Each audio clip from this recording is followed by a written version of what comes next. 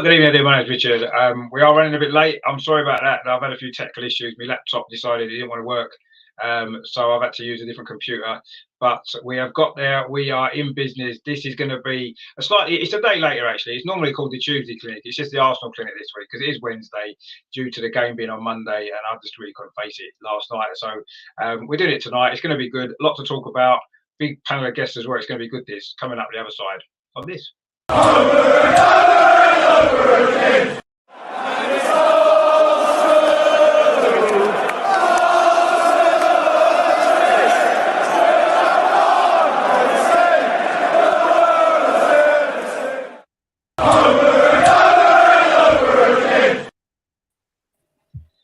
Well, there we are. Look at that full house in the panel today, which is great to see. A lot of familiar faces and one maybe not so familiar faces to the channel. We will come on to that very shortly. Melvin, good to have you back. You okay? I know it's been a tough week for us all, hasn't it? Let's be honest, but we're here and we're ready for this. Are you feeling okay? Well, I've been on the web trying to find what legal is the strongest drug I'm allowed to take at home. I'm on Amazon as we talk, so I should be all right. I should get it tomorrow morning. So, yeah, ask me then how I'm feeling, please. Good stuff. You're with us, which is the main thing. Adam's back as well, actually. He's been busy on a Tuesday recently, but it's good to have Adam back as well. You feeling okay, Adam, in the circumstances? No, to be quite okay. honest. I just feel very fatigued, is the way I can put it. Like, I just feel fatigued for it all. It just now seems to have been a real hard slog. But don't get me wrong, it's nice to be back and seeing all your lovely faces, and I do need a little bit of therapy. So yeah, bang up for it. Yes. No, yeah, I think we all do really in circumstances. And Dorsey as well. Good to see you. Have another nice top one. You feeling okay? I know it has been a difficult week. We know that, but we will get into it very shortly. You okay though in the circumstances? Yeah, outside of football, yeah, I'm fine. Been a long season, isn't it? Been a very long season. Yes. Yeah, we'll go into it, but yeah, I'm good. Thank you, mate. Thanks for having me on again. No problem at all. Always a pleasure. And Neil as well is back for some more punishment or more therapy, should we say? You okay, Neil? Yeah, all good. Thank you for having me on. And yeah, we can try and make this as cathartic for all of us as possible. But I feel like I let everyone down. I said we're definitely getting third. So you did. I've let everyone down, haven't I? It's terrible. That's what you did. You cursed us, but never mind. We'll forgive you. We'll forgive you. And making his debut on the channel, actually, it's a pleasure to welcome Michael. You okay? Hello? You hear me, guys? Oh, yeah. Can you hear us? Can you hear me? Yeah, we can hear you. You're a bit quiet, actually, but we can hear you. Oh, sorry. Yeah, so thanks for having me on. It's good to meet all you guys. I've watched you. I might ask for your signatures later because I'm, you've seen you. I want yours first. But no, thanks for having me on. And yeah, I think we all need some therapy and some sort of positivity how we can get it out tonight. Yeah, let's hope so. I mean, it's quite difficult to find too many positives from the last week or so, but we will try our best. I mean, I don't want to dwell too much on it, but we will have to talk about a game that happened almost a week ago now, which was very, very disappointing.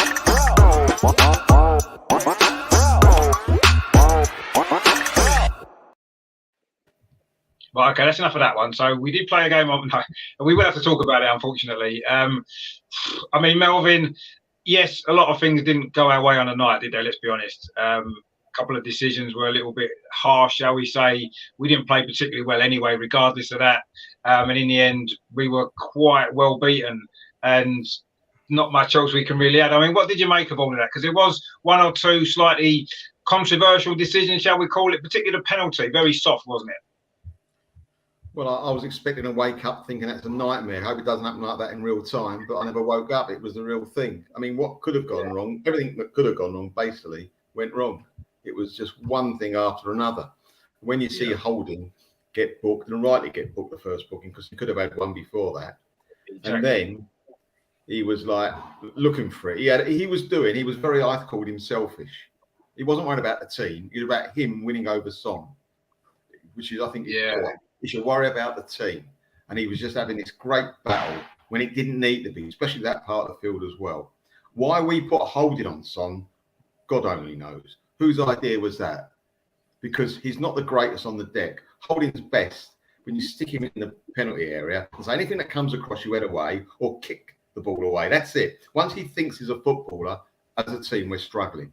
So that was poor. Yeah, the penalty was soft. I thought the ref gave it for handball, to be honest with you, because I didn't see anything else. When I saw it again, you say, well, yeah, he could have given it. We shouldn't give the refs an opportunity to make that decision. I'm sorry, other teams don't. Yeah.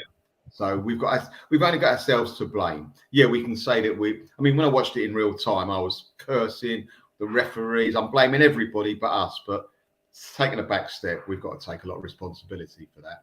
And the only good thing about that game is that I wasn't there, because I couldn't have taken it. I wouldn't have been able to take that. All this cheer. I had the sound down from the commentators, because I didn't hear the crowd, but I can imagine what it could have been like sitting there, listening to the Spurs crowd giving it a big one to us. And no, I wouldn't have been. I've never left early a game, but I would have been tempted had I been there. I might have gone at half time, pretending I'm going to the toilet and see you. But no, it was horrible. Whatever could have gone wrong went wrong. So there we go. No, it did, exactly. I mean, that's pretty much sums it up, doesn't it, really? I mean, it was everything that could have possibly gone wrong. Our worst nightmares all came true in one 90-minute game, didn't it, unfortunately? And we've got a couple of comments already. Robert is in the chat. Hello, how you doing, mate? Thank you very much for tuning in. And, of course, we've got James as well. What a lineup, he says, indeed. Just missing one. We're just missing one component, James. That's you, isn't it? But never mind. I'm sure you'll be back very soon. I mean, Adam, we don't really want to spend too long on this game, do we? Because it depressed us enough last week. But I mean, for me, yes, a lot of things went wrong on the night, and a lot of other issues as well. But for a game of that importance, a derby of that importance, to put in a performance like we did, I was lost for words. Actually, I still probably am. Actually, I still can't really put into words how I feel about that game, because it's just one of them games that you just look at and think, what on earth has happened? I mean, can you help us? No, I mean, I felt like that, and I still feel like that, to be honest. Like, when it finished, I didn't have any I didn't have massive complaints, because we didn't play well. You know, we deserved the result. I do think the ref, didn't do the best, and I think the penalty was soft. But at the end of the day, it is what it is. We've seen them given, we've seen them not. Usually against us, they will get given. But above all that, we didn't deserve to win. It's as simple as that. We didn't have enough on the night. The players didn't have enough there. They just didn't have enough heart to see it through. What Melvin was saying, that I thought when I saw holding on Son, I thought, why not let El Neni do that job? He could have done that job so much better than Holding. And then let Holding be that defender that if Son got past him, he was then backing him up. If you're going to put someone on Son, which was obviously they're targeting him, use El Neni, because you know he's going to be more mobile. You know he's going to do a job, and he don't really let you down. He does exactly what he needs you to do. So I thought tactically we were a little bit naive. Of all the people to put on him, you put on Holding, which is not the most mobile, hadn't really played that much, full of aggression as well. He obviously had a point to prove. Yeah, and I think that once he escaped that early card, I thought this ain't looking good. And then he got the card, and I'm thinking, now you've got to calm down. But you just weren't. He was just flying in. And that was the writing on the wall for me. I mean, it could have been a really good game. It could have been a really good spectacle. I mean, I wasn't in the game, but it did sound a good atmosphere. I was unfortunate enough to be on a train back full of Spurs fans going past the ground, heading home that day. And they were bang up for it. I mean, it was the worst 20 minutes journey I've ever had on London Underground. But they were bang up for it, and they could feel something. I think a journey later on in the evening might have been worse, actually. But yeah, true. But they could sense something. You know what I mean? You could sense it. They could sense something in the air. The Spurs fans, and say it was going to happen. And I weren't happy about it. But obviously, these things happen. But it was just frustrating for me, because we had that opportunity. We had an opportunity there to put a performance in. A draw would have been a good result for me away at Spurs. That kind of game. I mean. 100%. But no heart. There's just no heart, and there was no real leadership on that pitch. Clueless when it comes to sort of making, tactical decisions. Yeah, it was depressing. It really was depressing when I'm thinking about it. It really, really was. And I hate to say it, but Spurs, they put in a decent performance. They did, and I really hate to say that. It's not often I've said that in my 40-odd years of life, but they done a number on us. Let's be honest with it. Let's just say they did do a number on us, and we just weren't at the races. No, we wasn't. And I agree with you that the leadership issue has been an issue for quite a long time anyway. We don't have many leaders on the pitch, do we? And when things don't go well, we don't have the the guys there to really lift the players. And so many times this season we've seen it. I mean, Dorsey, that was probably the prime example this season of lack of leadership on the pitch, wasn't it? Because as soon as the game started running away from us in that first half with the penalty, with the red card, we didn't have anybody there on that pitch to get us together, get us going, and think, you know what, come on, we can still get something from this game. It just wasn't there, was it? And it's almost like we just accepted we're going to lose now. And that's happened too many times, isn't it? You're on mute. Only had 3 years of this, and still people were getting caught on mute. Sorry about that. That's right. For me, it boils down to experience. You know, yeah, we've got a manager, and we've got a team that have not been in that position before. I don't think even we understood how big a game that was. Not necessarily from a fan's perspective, but how big a game it was for the players that went out there. To what the pressure on them must have been immense. I don't think I kind of slightly disagree with Adam in the sense it was a lack of heart. I think it was just the pressure. It was too much for them for them to go out and try and get a result in such a big game. Rightly or wrongly, we've put ourselves in a position where we've got a young squad with a young manager that we're learning as a club as we go. I do believe that these experiences will help us, and they should help us next season. I wasn't overly surprised. I mean, you've got Son and Kane. I mean, as much as we all hate to admit it, they're two of the best, most lethal finishes in the league, and they're banging form. And we had a very mixed match defence. We had Ben White, who was obviously out. It was too much for us. In regards to the penalty, I'm going to have to try and hold back my language here, because it's probably the worst decision I've seen this season. Because if you're giving that as a penalty, you're given a penalty at every single set piece that goes into a box. Every corner kick, every free kick, every delivery that goes into a penalty area, you're given a penalty. If that is a penalty, it's absolutely shocking, the fact that he's given that. Son's very clever, and it's one of the reasons I hate him to bits, because he is very clever and he knows how to win penalties. He knows how to win free kicks, and he had Holding's number from the off, and he knew that he was going to get Holding in trouble. And actually, it's weird because I've never seen Rob Holding react like that to certain situations. He's normally pretty calm. He doesn't normally get himself embroiled. I mean, we all remember the FA Cup final and the little mashup he had with Diego Costa, and he just walked away from that. You know, he didn't get wound up by that, but I think he just got wound up by Son for one reason or another, and it was silly. I mean, there was loads of fans after the game saying he didn't deserve to be sent off. He did deserve to be sent off. It was almost a straight red anyway, wasn't it? Let alone a second yellow. It was almost a straight red on its own. The second. Yeah, absolutely. What I will say is, obviously, I know Son did elbow him. It wasn't quite to the degree in one of the earlier challenges, but again, it's just one of the all any of us want as football fans, and not even just Arsenal fans, is just a bit of consistency. That's all we ever ask for. If that is the rule and that is a penalty or that's a free kick, that's fine, as long as it's the same for everybody.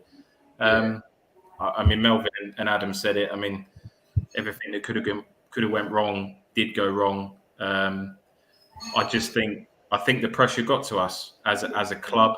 I think the manager and the players just didn't deal with it. I don't think it's a lack of heart, because I know they would have wanted to have gone out there and got a result, because it pretty much, even a point would have probably guaranteed us getting that top 4 place. Yeah, exactly. Yeah.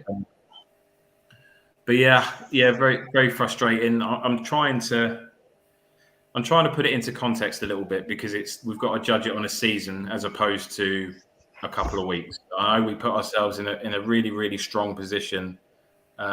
And actually, I saw someone put a snippet of the league table about 5 or 6 weeks ago, and we had those games in hand, and we were a point in the top 4. And you think, how did we throw it away from that position? But we did, and it's hopefully it's an experience that will allow us to grow as a club, and all the players will learn from that. But yeah, very difficult to putting ourselves in that position and then giving it away the way we did. But in terms of the Spurs game, I think it just boiled down to experience. They got a manager that's been there, he's done it. You know, you've got players throughout that team that are constantly, year in, year out, always fighting for that top 4 place, whether they get it or not. So they've been there and they've done it, and we haven't as a team. So we're just going to have to take it on the chin and move on, aren't we? And hopefully we grow as a club because of it and become better. That's all we can hope for now, isn't it, really, I guess, after that. James said there, a spot on Melvin, picking the 2 worst one-on-one players to face on and not expect trouble, absolutely stupid. Yeah. Robert says there, played Tomiyasu out of position on the left.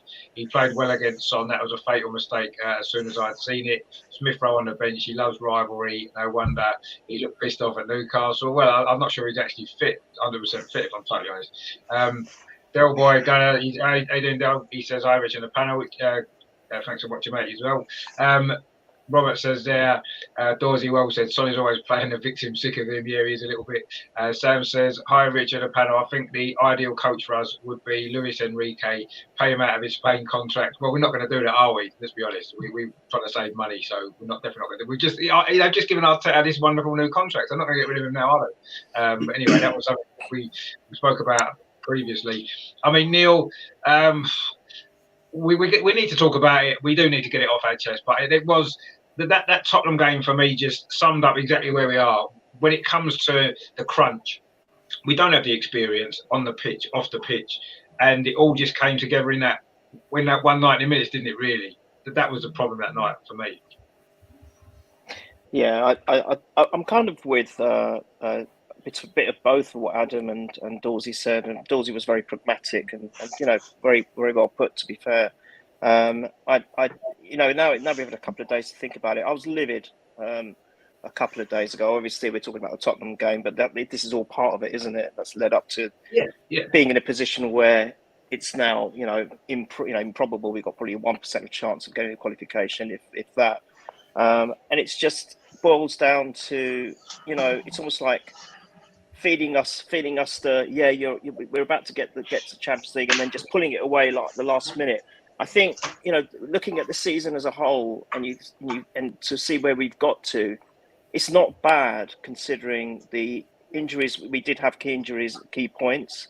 We lost Tierney, that was a big blow. Tomiyasu went out, Partey. We have suffered those injuries, and this obviously highlighted the how thin the squad was. That didn't help at all. And we keep banging on about the youth and the inexperience, etc. But there's two sides to that. Yes, there is, and especially when it comes to the crunch.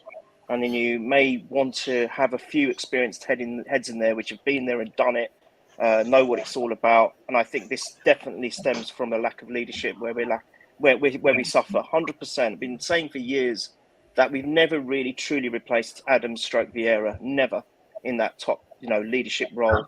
I know some people say, well, we've got leaders all over the pitch. No, I still disagree with that. And you've got Arteta on the sidelines being as animated as he possibly can. But when it comes to crunch, and when we're winning, yeah. When we're winning, yeah, exactly. And then when we're but when the players are on the pitch and something goes wrong, where we do get a sending off as it transpired in the game, you've got to have a leader that the other players, especially the younger players, can look to just for that little bit of guidance. It's not just always about looking at the manager, telling from him, learning from him, or seeing that what instructions he's giving them and saying, no, don't do that and do this and don't do this. We've talked about micromanagement before as well when it comes to Arteta. Yeah. And if we'd had a strong character, a really strong character that had built up over the last, I don't know, maybe 2 seasons, whatever it may be, the younger players can look to that. So I kind of see it from that point of view, but then I also see it from the other point of view where sometimes it's an advantage to have the younger players because they're so driven. It's always, it's a boyhood dream. We've said this before as well, where you play for a big club, especially if they've come through the ranks and they actually support Arsenal, to be playing for them. My God, what an opportunity. And then having to face your arch rivals for a massive key point in years. This game was probably for me bigger than the FA Cup we won a couple of years ago. This was one of the most important games in years. So, in a way, the youth, especially the younger players, should be so up for that. And I just felt it was a bit of both. I kind of agree with Dawson when he said I don't think it's a lack of heart, but I also think that for something like a game such as Tottenham, in any situation, let alone the one we had, you don't need geeing up for a game like that. And sometimes I just feel when I was watching the game, we were actually doing all right up until that first goal. We were actually doing all right, and then they just fell apart. They just, for me, fell apart. I mean. And why do that? It's been such a kind of a trademark of us of late, where we go behind and our heads just drop. They just drop. We seem to be better when we take the lead and maybe we can control the game a bit better. But why can't we fight when we drop that goal? It was just disappointing more than anything. Especially when you had a chance for the first time to qualify for the Champions League, which would have made so much of a difference to us as a club, not just for this season, not just for next season, but I think going forward, because I think next year it's going to be so much harder for us because one, we've got Newcastle maybe in the mix. Two, we've got the Europa League distraction, which we did. And I'm going to say it again, we didn't have many distractions at all this season. And it's going to be harder now. Maybe the players which may have come this summer, the targets, are they going to come now knowing that we're not in the Champions League? Are the players that we want to keep, are they going to want to stay? Because they're thinking, hang on a minute, I'm really good, but are Arsenal going to meet my ambitions? Not sure. And are they going to want to start making noise about wanting to leave? And, it's all of that. There's so many deep ramifications with all of this. And I think it was a massive, massive opportunity missed. And it's deeply frustrating and deeply disappointing. Yeah, I mean, I can't disagree with any of that, and you're right. And it is a lack of experience. It's a lack of leadership. There's a lot of issues really. And I mean, Robert's put an interesting point in the chat. He says fifth is not bad. Europa League fits what we see. We would have been glad last year. Yeah, we wanted the Europa League last year to have made it this year. We're certainly not ready for the Champions League. We're not at this moment in time. But having qualified for the Champions League, we may have had an opportunity to have got the players in, or some of the players in, to be able to have competed in the Champions League. I mean, we've never won it anyway, so it's not like we've got a history in the competition, but we wanted to do as well as we could. But yeah, I don't think this current squad's nowhere near ready for the Champions League. They're barely ready for the Europa League as things stand. Hopefully the summer might change that. I mean, Michael, what's your thoughts on it all? I mean, obviously we've not spoken to you before on the channel. What have you made of this sort of season overall? And fifth place looks like where we're going to finish now. It's the lowest we can finish. It seems the most likely position now. I mean, would you say that's overall a good season, bearing in mind, as we said, where we were a few weeks ago in the position that we were in?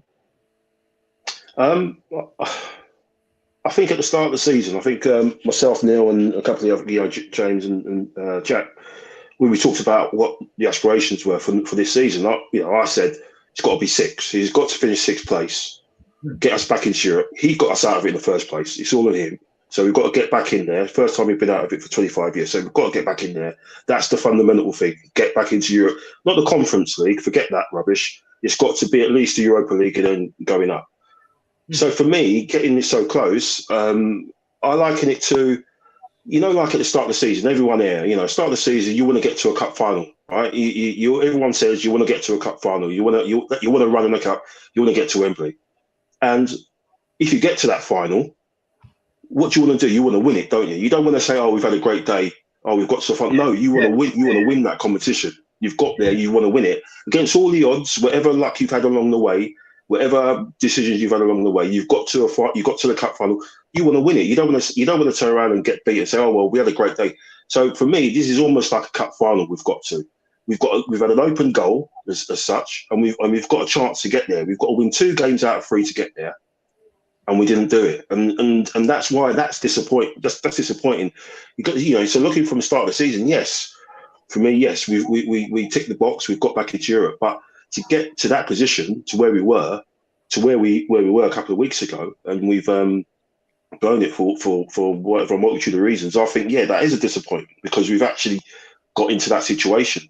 So for me, it's been a strange season. Again, injuries have let us down, but we've sort of set ourselves up for that, really, in terms of, January, the way we sort of didn't sort of at least get one body in. That was unforgivable for me, to get at least one person over the line. But yeah, it's a strange one, Rich. I mean, I totally agree with what the gents have said before about the North London derby as well. The only thing I'll say about that is, I think Holding really sort of, let himself down. But if you look back to the cup final when he played against Costa, and he wound Costa up. Obviously, we all remember that when he's tapping his head and he's saying, "Oh, you're nuts, you." The difference was he had Mertesacker next to him, and Mertesacker probably would have said to him, "Listen, calm down, son. You've got in his head, but calm down. We need you on this pitch because these guys have just won the league. They're going for the double. We need to make sure." And there was no one else there. He was the most experienced person there.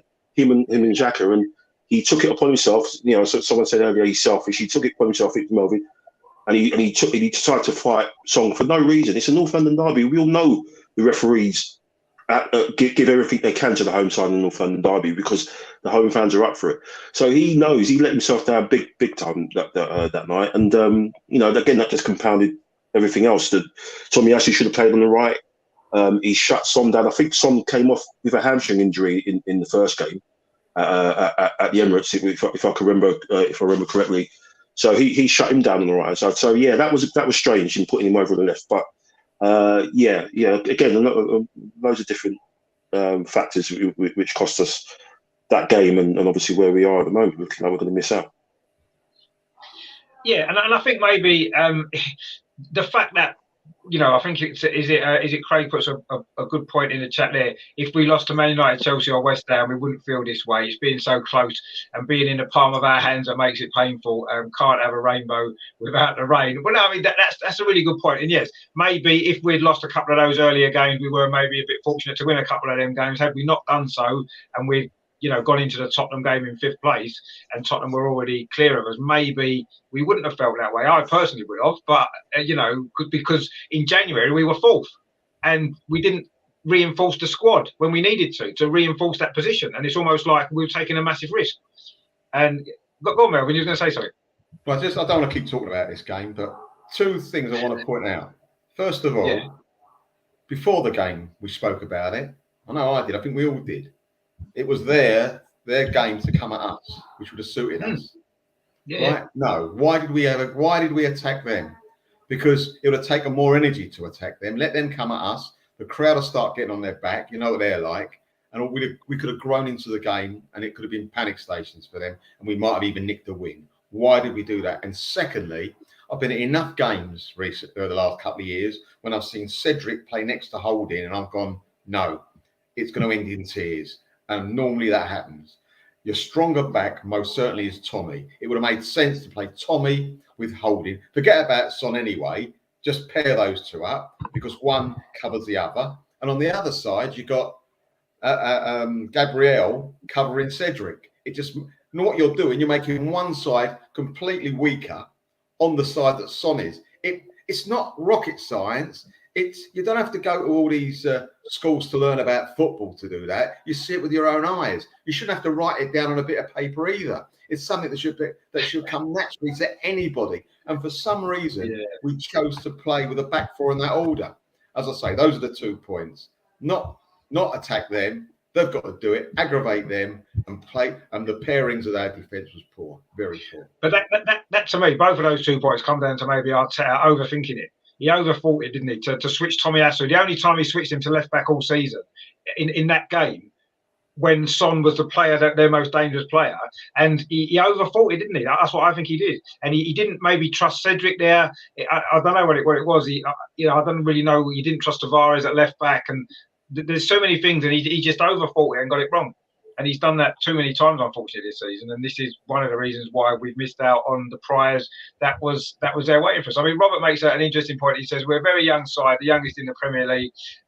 Good seeds bring great fruits, but the gardener needs to be experienced if they fail. I mean, that is a good point. We are a young squad, but the fact is that young squad needed in January some more experience brought in, and that's what it needed, and that would have maybe got us over the line. And it was a big opportunity. I mean, you could say we're not totally out of it yet in terms of mathematically, but anyway, it was a big opportunity, and we just needed that little bit of experience, and that would have probably got us over the line because we're not far off, are we? We're not going to be far off either way now, and that is the frustrating thing for me. But of course, having having lost that game to Tottenham, which, yes, losing away at Tottenham isn't necessarily the end of the world. We generally lose there anyway. As Michael rightly said, actually, about the referees, I think there's only been 6 away wins in a North London derby in the last 65 or something, maybe 66 now. So the home team generally wins a North London derby for years and years and years. And if that the referee, maybe it is, maybe it's the crowd, whatever it is. But losing at Tottenham isn't, yes, we hate losing against them, of course we do. But overall, it wasn't totally an unexpected result, let's be honest. But there's no excuse for me for what happened on Monday.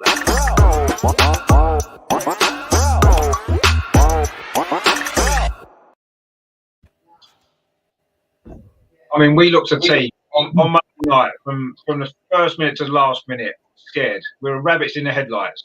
They were just standing there thinking, what do we do? And to me, that comes down to, yes, there's a lot of reasons. And let's be honest, the players were tired. They've had to play every game because the squad's so weak. It comes down to the players the manager not getting the players in the right frame of mind before the game. You could see from the first minute of that game when it kicked off. I was there on Monday, and you look at them and you think, what are you doing? We have to win this game. What are you doing? And, yes, I blame 50%, or probably 75% on Arteta. The rest of it on the players, who should have taken a bit more responsibility themselves and said, you know what, look how important this is. Newcastle had nothing to play for. Yes, there was a big atmosphere, their last home game, that everyone's excited at Newcastle for the money. But that's the sort of game where if you want to prove that you're good enough to get into the top 4 or compete, you've got to be able to, yes, I'd have took losing that game if we'd actually gone for it, tried to win. But at no point in that game did we look like we wanted to win that game. It was like Arteta set us out, well, let's not lose. I'm sorry, we had to win. And I wouldn't have minded losing 2-0 if we'd gone for it at 1-0 down even, threw everything at it and had caught us on a break. Well, we didn't. We still, yes, you put loads of attacking players on. No player. We had defense. What was that? What even shape was the team when he started bringing players on? There was no shape. It was like, what are you doing? You've got to have a structure. If you're going to win a game, he's supposed to be a great coach, right? And if you're a great coach, yes, we had a lack of fit players, but that was an issue as well. But ultimately, you've got to have a plan in your mind. If this happens, we can do this. If we're losing the game, we can do this. And it's almost like we were losing and thought, right, okay, I'm just going to throw every single attacking player I've got on the bench, and that's it. And nobody knew what they were doing. There was a couple of times where they had a 3-on-1 break because we had no one at the back. And it's like, you know what I mean? It's just madness. I mean, Melvin, that to me, that Tottenham I can almost forgive them because of the circumstance of it. But Monday night, I can't forgive any of them. The players, the manager, a lot of them. It was a disgrace. It was an absolute shambles from start to finish. It was horrible. It was as if, Richard, from the first game, that Spurs gave us a present. They felt sorry for us, and they gave us some lasagna from 20 years ago. It felt like, because we came out, we had no energy, we hadn't had a clue. It was, I've seen Newcastle over the years. I've never seen such a good Newcastle performance, even at St. James's. They played well. They did play well, St. James's quite a few times. But that performance was out of this world. It was like men against boys. It was horrific. And when you talk about what he did at the end, bringing all these players on, I lost count. I thought we've actually put on too many substitutes. I actually thought he was going to play Ramsdale at rush goalkeeper. He was just putting everyone up, Yeah. It was with no plan behind it, Melvin. It wasn't like let's get balls in the box. We didn't even put balls in the box. Little short corners. It's like, what are you doing? But our best forward on the night, perhaps, and one of them, and also on the season when he was Martinelli, and he put him a left back.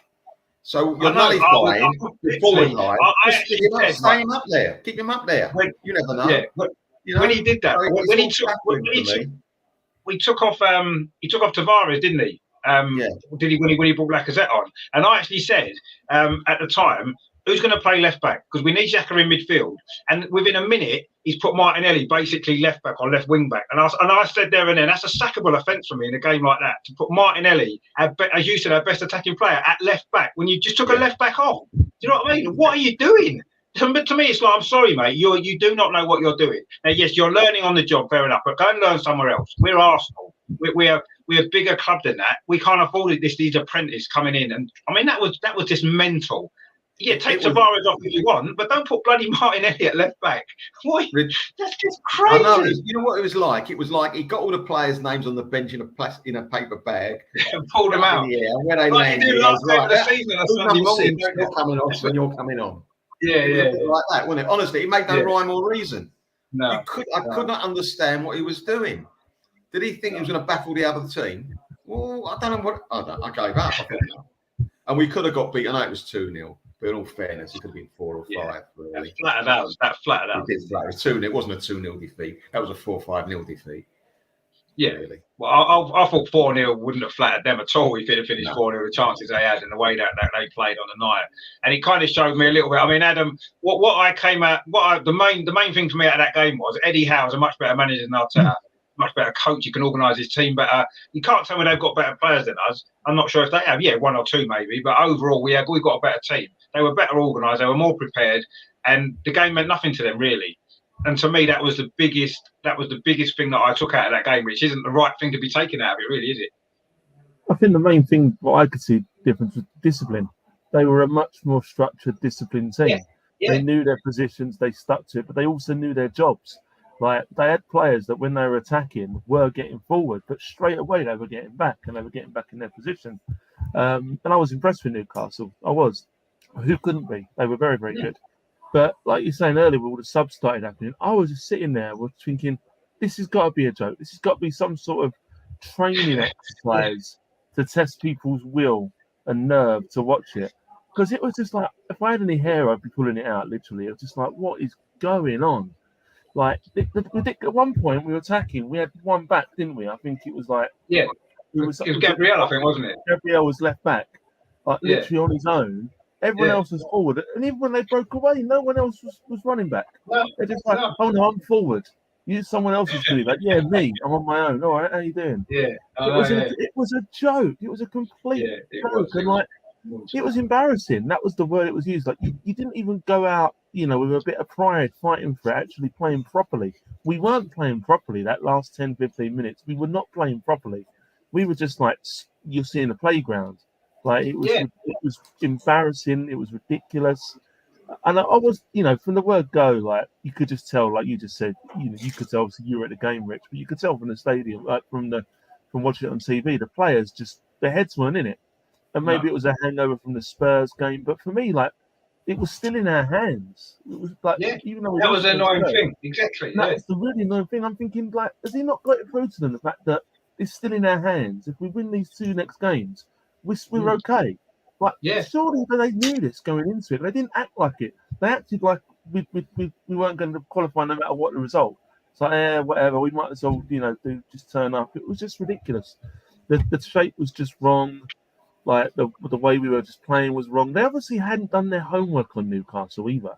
They were probably thinking it was the Newcastle we played at home, like back in September or whatever it was, when they were pretty awful. He certainly hadn't looked under Eddie Howe Newcastle, because Eddie Howe Newcastle are very, very fast pressing forward, back, up and down. They work really hard. They hadn't done their homework. It's as simple as that. So whoever's in charge of doing the scouting as well, he must have someone who does that. Has got to take a look at himself as well.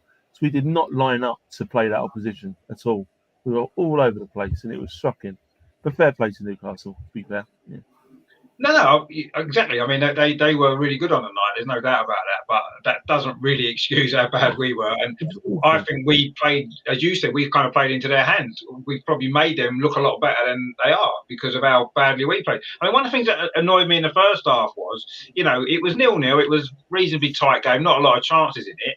We had a counter attack, and Eddie got the ball, and he just crossed over the halfway line, and he had to stop because literally nobody had made a run to help him. Nobody. It's like, are you aware that we have to win this game? Because nobody, not Saka, not Smith Rowe was on at the time, none of the midfield players, nobody, Martin Ødegaard, and he was basically on his own. And in the end, he had to stop running towards the goal because he knew he wasn't going to get there on his own. He needed help. So he sort of stopped and looked around and thought, okay, and he played the ball backwards. And we had a counter-attacking opportunity. Any other team who has to win a game, in that opportunity there, a minute before half-time, whatever, 2 minutes before half-time, somebody would have broke from midfield to help him. Somebody would have, and they didn't. They all stood there inside their own half, looking around at each other. And it's like, what on earth is going on?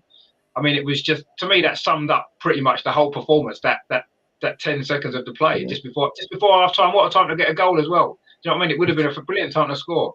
I mean, Dorsey, what did you make of that performance overall? Because it's baffling how bad it was. Yeah. It was weird, wasn't it? I'm lost for words in terms of the performance because it was shocking. All I can put it down to is that Thursday burst the bubble, and that was it. I think, and obviously I know we went into that game and it was still in our hands. You don't need a manager to sit there and tell them we need to win this game. They're not fucking stupid. They know what the score is in terms of the result we needed. So I kind of, although I agree that Mikel Arteta made a lot of mistakes in that game, in particular, and in the Spurs game, I don't necessarily agree that it's not entirely his job to get the team up for that game. They shouldn't need to be G'd up, and it's exactly what Neil was saying against Spurs. You know, you don't need to be G'd up for a North London derby. That should just be in your nature. It was a bizarre performance, and actually, it was. I didn't expect the performance. I didn't expect us to win that game. I must admit, I knew it was going to be a tough game. They'd won 6 out of 7 of their last home games. I think, was it Liverpool they lost to? You know, they were banging form at home. I always knew, and I was kind of not looking past Spurs, but I knew that regardless of the result against Tottenham, even if we did get beat, I knew Newcastle was the one I was really, really worried about, because had we beaten Spurs, I think we probably would have. I think we still probably would have got beaten against Newcastle, because I think they're just such a good side at the minute at home. I think that would have been a really tough game regardless of the Spurs result. I can't really tell you what I think about the performance, because I don't really understand it. I don't really understand what happened. And again, I can only, because we haven't performed like that this season. Not to that degree. I know we've had games where we've had a bad result, and maybe that one bad result has turned into 3, as it did against Brighton, Southampton, and you know that has happened previously. But the performances weren't to the level of what we experienced against Newcastle. And to me, the only explanation is it comes down to what I said against Spurs. It's the pressure and the experience, and it's not just the players. It is the manager. It's the whole club. We've chosen this route. Whether us as fans like it or not, they're all learning. Edu's learning. You know, everybody in the club is highly inexperienced. And yes, we are a huge club in English football, and maybe that's not the route we wanted us to take, but it's the one we've chosen. The only other route is to be a Man City or a Chelsea, and you throw money at it. And yes, I know there's the argument that you can get a more experienced manager in, and maybe you can get more out of that squad, and maybe you can, but we're gonna have to stick with this. This is it now for the next 2 or 3 years, and until we maybe, if we drop down to 7th or 8th again, then they're probably going to look at it and maybe make a decision. But we're taking very, very small baby steps forward, and it's not the progress that we wanted quick enough. We made a huge decision in January in terms of the players that we let go, and it has caught up with us. I mean, I've been on the show all season, Rick. We've spoken about it in January. We knew it would be a risk. I was on the fence with it, because we've had years and years and years of buying players for the sake of buying players. We're buying players round pegs to put in square holes just so that we've got the numbers. I don't want us to do that anymore, because look at the amount of trouble we've had trying to get rid of some of these players. But on the flip side of that, you can't leave the squad that bare. I understand it's the basis of his foundation of his squad that he wants to build from now, and hopefully in the summer we can still do that. But there was too much at stake, I think, to make that decision. Even the players we let go on loan, you know, it was. Anyway, we'll probably come on to that. Anyway, I've kind of digressed a little bit from the Newcastle game, but it was. It was everybody digressed from the Newcastle game, because the players digressed from it. Yeah, it was shocking. It was really frustrating. The result I wasn't surprised by, really, if I'm honest. I thought the Spurs game, I thought that did burst our bubble, and I thought that was it from that moment. but I certainly didn't expect a performance like that to go out with a whimper like that. And I know we're not out of it mathematically, but I kind of wish we were, to be honest, rather than just having that little thread of hope that you kind of think maybe Norwich can do something special, but it ain't going to happen, is it? But we'll see. Bizarre. There was mistakes all over the pitches, from the players to the managers. Everybody got it wrong, and it was too much for that team, that manager, to cope with. It was too big an occasion, and unfortunately we bottled it. That is the definition of bottling. It is. Well, yeah, it definitely is. Yeah, I mean, James made a good point there. I quite like this. What you said was, can we start diagnosing our players with asthma? I mean, that could be the way forward. Actually, that might be what we need to do. You know, I'm sure. Probably 25 of them must have asthma. Surely, it's such a common condition at the moment, isn't it, in the Premier League? So I'm sure he must have a load of them. They just need to get them checked because they're missing it. Obviously, that's probably why they played so badly the other day, because they've got asthma. They're not allowed to have any. They didn't know they had asthma, so they had nothing to treat them with. So that was why they were so poor, maybe. So that's something we can look at maybe for the future, for next season, maybe. And, we'll see. I mean, Neil, it isn't a lot more that we can really say, is there, about Monday? I mean, it was just. I mean, I'm even now, 2 days later, I'm still like stunned and shocked at that performance in a game of that importance. If it was an end of season game in normal circumstances, you've got nothing to play for, you think, okay, fair enough, everyone runs around and does whatever they want, it doesn't matter. But in a game of that importance, to go with no plan, it was just bizarre. It was a completely defeatist attitude from the get-go. Absolutely defeatist. Or alternatively, they don't want to qualify for Champions League. I have no idea. But honestly, that's the way it came across to everyone looking at it. Probably even non-Arsenal fans. He's got his nice little contract. What's he bothered about getting a Champions League? Let's not get started on that one, because that is the most ridiculous piece of timing. Most likely, as Melvin, I think, was spot on. I reckon it was for the Amazon documentary, actually, now when you think about it. And it's just an unbelievable situation that we've now put ourselves in. Yeah, I think, Melvin, I think you said earlier, we were flattered with 2-0. It should have been 4-5-0. Now, just a little couple of takeaways that I can remember from the game. I have not rewatched highlights. Didn't want to know anything about it. First time ever, I've not even read the report on the game. Nothing. I was just so bitterly numb and disappointed with what I saw. As you guys have all said, how important that game was, and to go out like that with a whimper, but not even to start off even. It's understandable if we gave it a go for 60 minutes and it just wasn't working out, and then heads started dropping. We were like that from the first minute. No discredit to Newcastle. They played like world champions against us. But then who doesn't play like world champions against us? It seems to be a norm. Everyone seems to up the ante against Arsenal. If we were playing Norwich last, say it was the other way around, and Norwich had to beat us and Tottenham had to beat Everton, you can bet your bottom dollar Norwich probably do us one. Blooming Delia with the cooking. But anyway, let's not go into that. I just felt there was a few things. I mean, Ramsey, for me, has been so consistent. I mean, you guys might have a different view, but he's been one of the most consistent players in the last couple of games, or maybe I've started to see even some weaknesses in him. And I can forgive that. He's a very young keeper. I think he's brilliant, by the way. I'm always going to get 100% behind him. But even he wobbled initially at the start, and that already sets the tone for the whole game.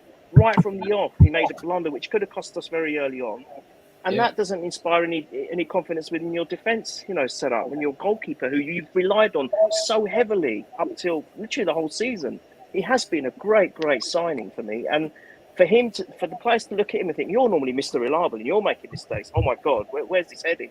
He almost set the tone for the whole game. And I think the 4-0 could have happened, Melvin. I think it was because Ramsey did redeem himself slightly. He did make a couple of incredible saves in the game.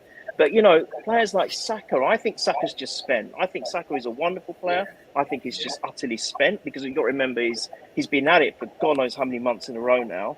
Emil Smith-Rowe, I think you're right, he's carrying an injury. It might be a bit of, it's difficult to say what's going on completely, but I think he might be carrying something there. And for me, the biggest disappointment in a player which a lot of people have been lauding of late is Odegaard. It seems to me when the pressure's on him, and when it's the big games, he seems to go missing. And I think that's another key factor.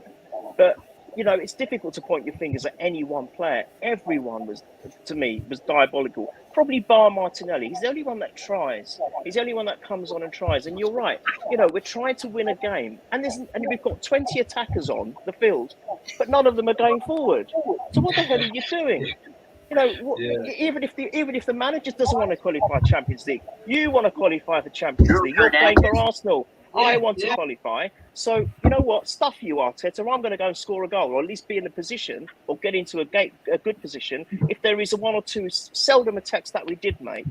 But it was coming, wasn't it? Ever since the Tottenham game, you could just see it. I mean, you guys have all alluded that you didn't expect anything from this game. Newcastle have been immense at home, and it was always going to be tough.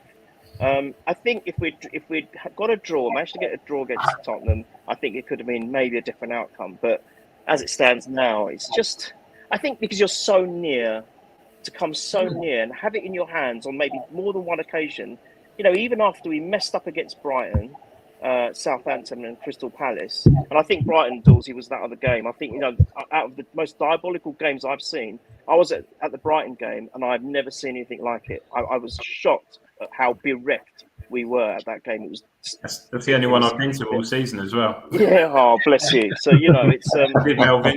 Cheers, Melvin. Thanks, mate. Sorry. So you know, I think that it was very similar the way we were at this game. It's just our heads were dropping, and Arteta's head dropped at one point, and I think he basically himself didn't know what to do. So he goes, you know what, whatever attackers I've got left in the subs, just throw them all on. Yeah, I think that's what it was. It was literally, I don't know what to do. I've given up. Yeah, just chuck anyone on. And I think that's simply what it was. And it's just so frustrating, guys. And I'm going to keep saying that, but it is. What else can we say? No, you're right. I mean, definitely. Robert says there, he says, look at the difference in spending experience. Experience took Newcastle from relegation for 90 million compared to us 170 million and still no striker. Yeah, I mean, Newcastle spent their money well, haven't they? You know, in January, they certainly did. The players that they brought in players that they needed. They got experience, they've got a bit of extra quality, and you could see what difference it's made to their team. We spent a lot of money last summer and haven't improved our team really at all, and we've weakened our squad. Just madness, really.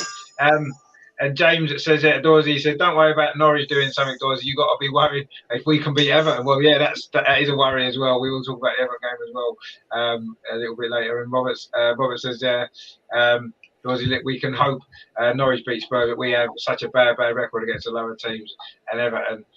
Yeah, I mean, Everton have beaten us the last 3 times we played them, actually, so we don't really want to think too much about that, do we? I mean, Michael, you did make a good point actually earlier about a cup final, and that was what it was like. And that Newcastle game, that's maybe why it's so frustrating to play like that, because that was our cup final, wasn't it? The Tottenham game had been, but that gone. We had one more cup, or possibly 2 more cup finals to come, and that game was so important. And to go with no plan to win it, that's just, I mean, I just can't explain it. It's absolutely baffling, isn't it? I mean, what did you make of Monday night? Yeah, again, we've got, if we win two of the last 3 games of the season, we would think we'd be there. And especially after the way we played against them, it seemed to me like all Eddie Howard done was watch the Crystal Palace game and the way Palace played against us, because it was exactly the same. You know, night game, raucous crowd, get up for it. They pressed us, we couldn't get out, giving the ball away. It wasn't sticking up top, and we were just getting battered. You know, Odegaard wasn't dropping off. You know, we've seen situations before when you get under a bit of pressure, you get your ball player, you know, whether it's Odegaard or whether it was Fabregas in the past, he literally gets it off the centre back and tries to keep a bit of position for 5 minutes and then try and get us into the game a bit. There was none of that. He was still there in his number 10 role, getting the ball, getting bashed by Joe Winton, and then they were on us again. It was unbelievable. And Arteta, I've never seen him so inanimated before. He was literally like a statue. I've never seen that from him before. I know Melvin said before, when he's winning, he's like a rabbit up and down that touchline, but he looked like something had gone off, or something had been, because Xhaka comes out afterwards at the end. But it's almost like something had gone off between Thursday night and that game, and it seemed like that. Jack is talking about players not listening to the manager. Well, why are you saying that for? So for me, he looked absolutely shell shocked to what he was seeing, and he didn't seem to be wanting to do anything about it. It was almost as if when they were coming out, like Vinay was coming out saying, I mentioned this to Neil, saying that we're ahead of schedule. The club's ahead of schedule. Why would you say that? What do you mean by that? Look, you don't want them to get Champions League football. You want us to stay in the Europa League and then go into the Champions League next year. Why would you even make that public? Odegaard come out and said that as well. We're ahead of schedule. Why are you saying that? Just see what's there and go for whatever opportunity you've got. So it was a weird one. I can't believe we set up like that, or at least we didn't have any foothold in the game. We didn't. We had 5 minutes, I think, in the second half. And lo and behold, it was before we conceded the first goal. But it was like watching the Palace game all over again for me. It literally was exactly the same. We were just getting pressed. We couldn't get out, and no one was holding on to the ball. And it was like, rather than Lacazette losing the ball, it was Nketiah, and it's frustrating. And obviously we are where we are now, and we've got 1% chance of still doing it, but I don't think it's going to happen, is it? No, and it's interesting what you said. Yeah, it seems as though the people in charge of the club think we are ahead of schedule. I mean, maybe they want to tell us what this schedule is and what it involves and how long it takes until they feel that we can actually compete for something. Because that it was bizarre to say that, really, isn't it? With this close to the end of the season, in the position that we were in, which was very, very close to getting the top four in the Champions League. It doesn't matter if we're ahead of schedule. Then let's push on and get even further ahead of schedule. You know what I mean? Don't just say, well, okay, we're ahead of schedule, so we'll finish fifth there, because we only wanted to finish sixth anyway. Do you know what I mean? For me, that's not Arsenal. Arsenal aren't about that. We aren't about making numbers up. We aren't about, let's just prod along and say, we've done a bit better than last year. That's all right. No, it isn't all right. It's not all right at all, because last year and the year before we were absolutely terrible, and we're slightly less terrible. We've been slightly less terrible for a lot of this season. But having said that, we've lost the same number of games. We've conceded more goals. We've scored only one more goal as well. So it's not like we've got any better. We've managed to sneak a few extra wins out of draws from last season. 3, I think it is. We've won 3 more games than last season that were draws, and that's it. That's all we've done. That's all we've done. And we've done that spending all that money we spent last summer on a load of kids. And we haven't improved. And it doesn't matter if we're 8th or we're 5th, right? It doesn't really matter ultimately. Yes, we're back in Europe, but when you look at the statistics of the season, we haven't really improved. Not that you'd notice. You know what I mean? We've won 3 games last season that we drew, and we've done it by conceding more goals and scoring pretty much the same number of goals. That's not an improvement, is it? Not to me, it's not. No. I would have expected, when we spent the most in Europe last summer, you'd have expected some big improvements that we could actually look at and say, okay, we lost 13 games last season, we've lost 8 or 9 this season. Yeah, draw a load, we still might have finished 5th, but that would have been okay. You could see some progress. I can't see any progress this season at all. And the last 2 games, the way they've been managed since the contract came out, funnily enough, it's weird, isn't it? We give Aubameyang a big, nice contract, he disappears. We give Ozil a nice big contract, he disappears. We give Arteta a nice new contract, and he looks like he has never managed a football. He doesn't even know what a football is. Suddenly, before he signed the contract, they were talking to Arteta in the press conference, and they talked about his contract, and he said, "We don't want to talk about it now. We want to focus on getting to where we want to get to. We want to finish the season." Lo and behold, couple of days later, he signs a new contract. So it's just bizarre. Bizarre timing. They should have waited to the end of the season. And I think it was again for the Amazon. They dropped little things in there to make it a little bit drama, like. The only way is Essex, the only way is Arsenal for VO. There you go, Melvin. It's just bizarre. I mean, we talk about, what we, in a sense, you could say we've done well to get where we've got to this season. We've done it without a striker as such, a recognised striker. But when you look at the big chances we've created 37 big chances all season. That's less than Burnley. So that equates to a big chance a game. We've had 37 games. That equates to a big goal scoring chance, 1 a game. It doesn't matter what striker you get. It doesn't matter what striker you get up there. If he's getting 1 big chance a game to score or get a sniff at, you've got no chance. So for me, it's a system. He needs a hell of a lot of players in. But it's been 3 and a bit years, and we're still we're getting worse. The chances of creating and whatever, we're getting worse. The goals we're not scoring is getting worse. So how much more are we going to invest? This summer, he has to address that for me. The attacking side. He's got his defenders. He's got to sort the other side. What concerns me slightly about this is, right, in the 2 full seasons that Arteta's been the manager, the last 2 seasons basically, our top scorer last season was Nicolas Pepe, who plays on the right. Our top scorer this season is Bukayo Saka, who plays on the right. Before Arteta was manager, Aubameyang was top scorer. A striker. Lacazette was top scorer, a striker. Giroud was top scorer, a striker. Our strikers have always been our top scorer. Suddenly Arteta's come in and our wide right players top scorer. Man City's top scorer. You know who that is? Riyad Mahrez. You know where he plays? On the right. Like he thinks he's Pep. Arteta thinks he's Pep, and he's not. He's not Pep.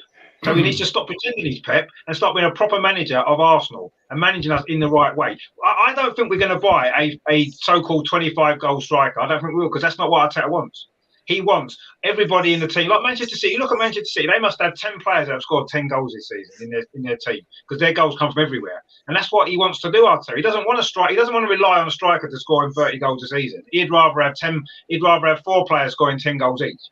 That's what he wants, and because that's what the Pep model is. That's what that model is. It's always been like that, and that worries me, because what we need, quite clearly, yes, I agree. If we're not creating the chances for a striker, we could have Lewandowski and we could have whoever it was up front. They're only going to score 15 goals if they're only getting 30 chances, and not all going to fall to him, are they? So you know what I mean?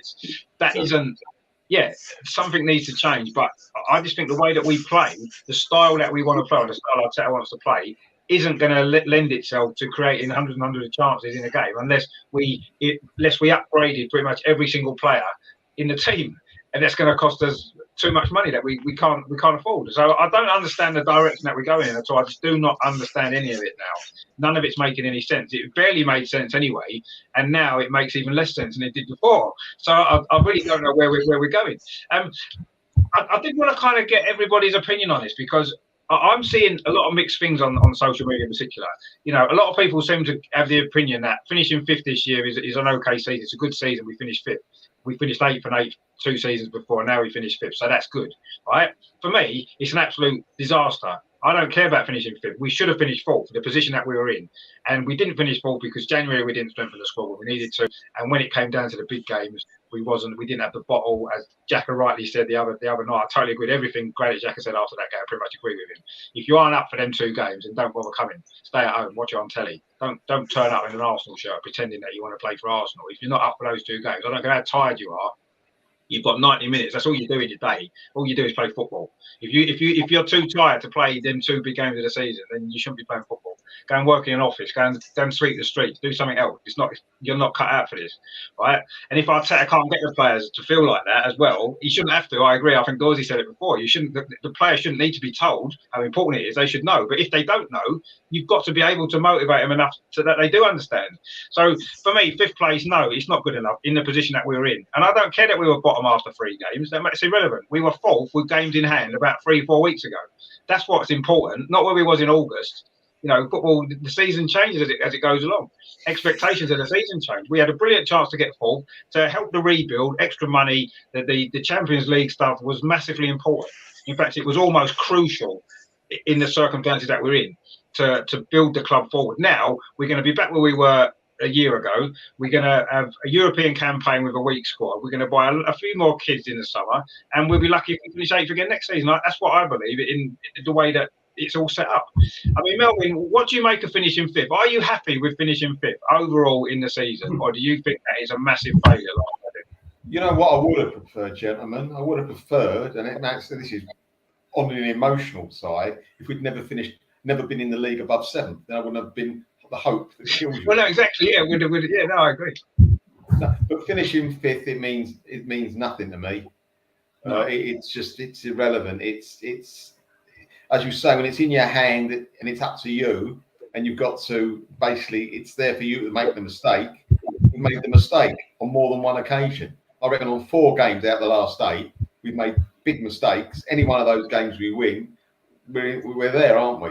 So it's just failing. It's failure. you know, big failure. Would have been better if we lost against West Ham. So we would have said, you know what, we got close, but that was it. No, it was there, and it's so disappointing. It comes down to trust, doesn't it? Can you trust the players to get you over the line? And I don't think at the moment we can.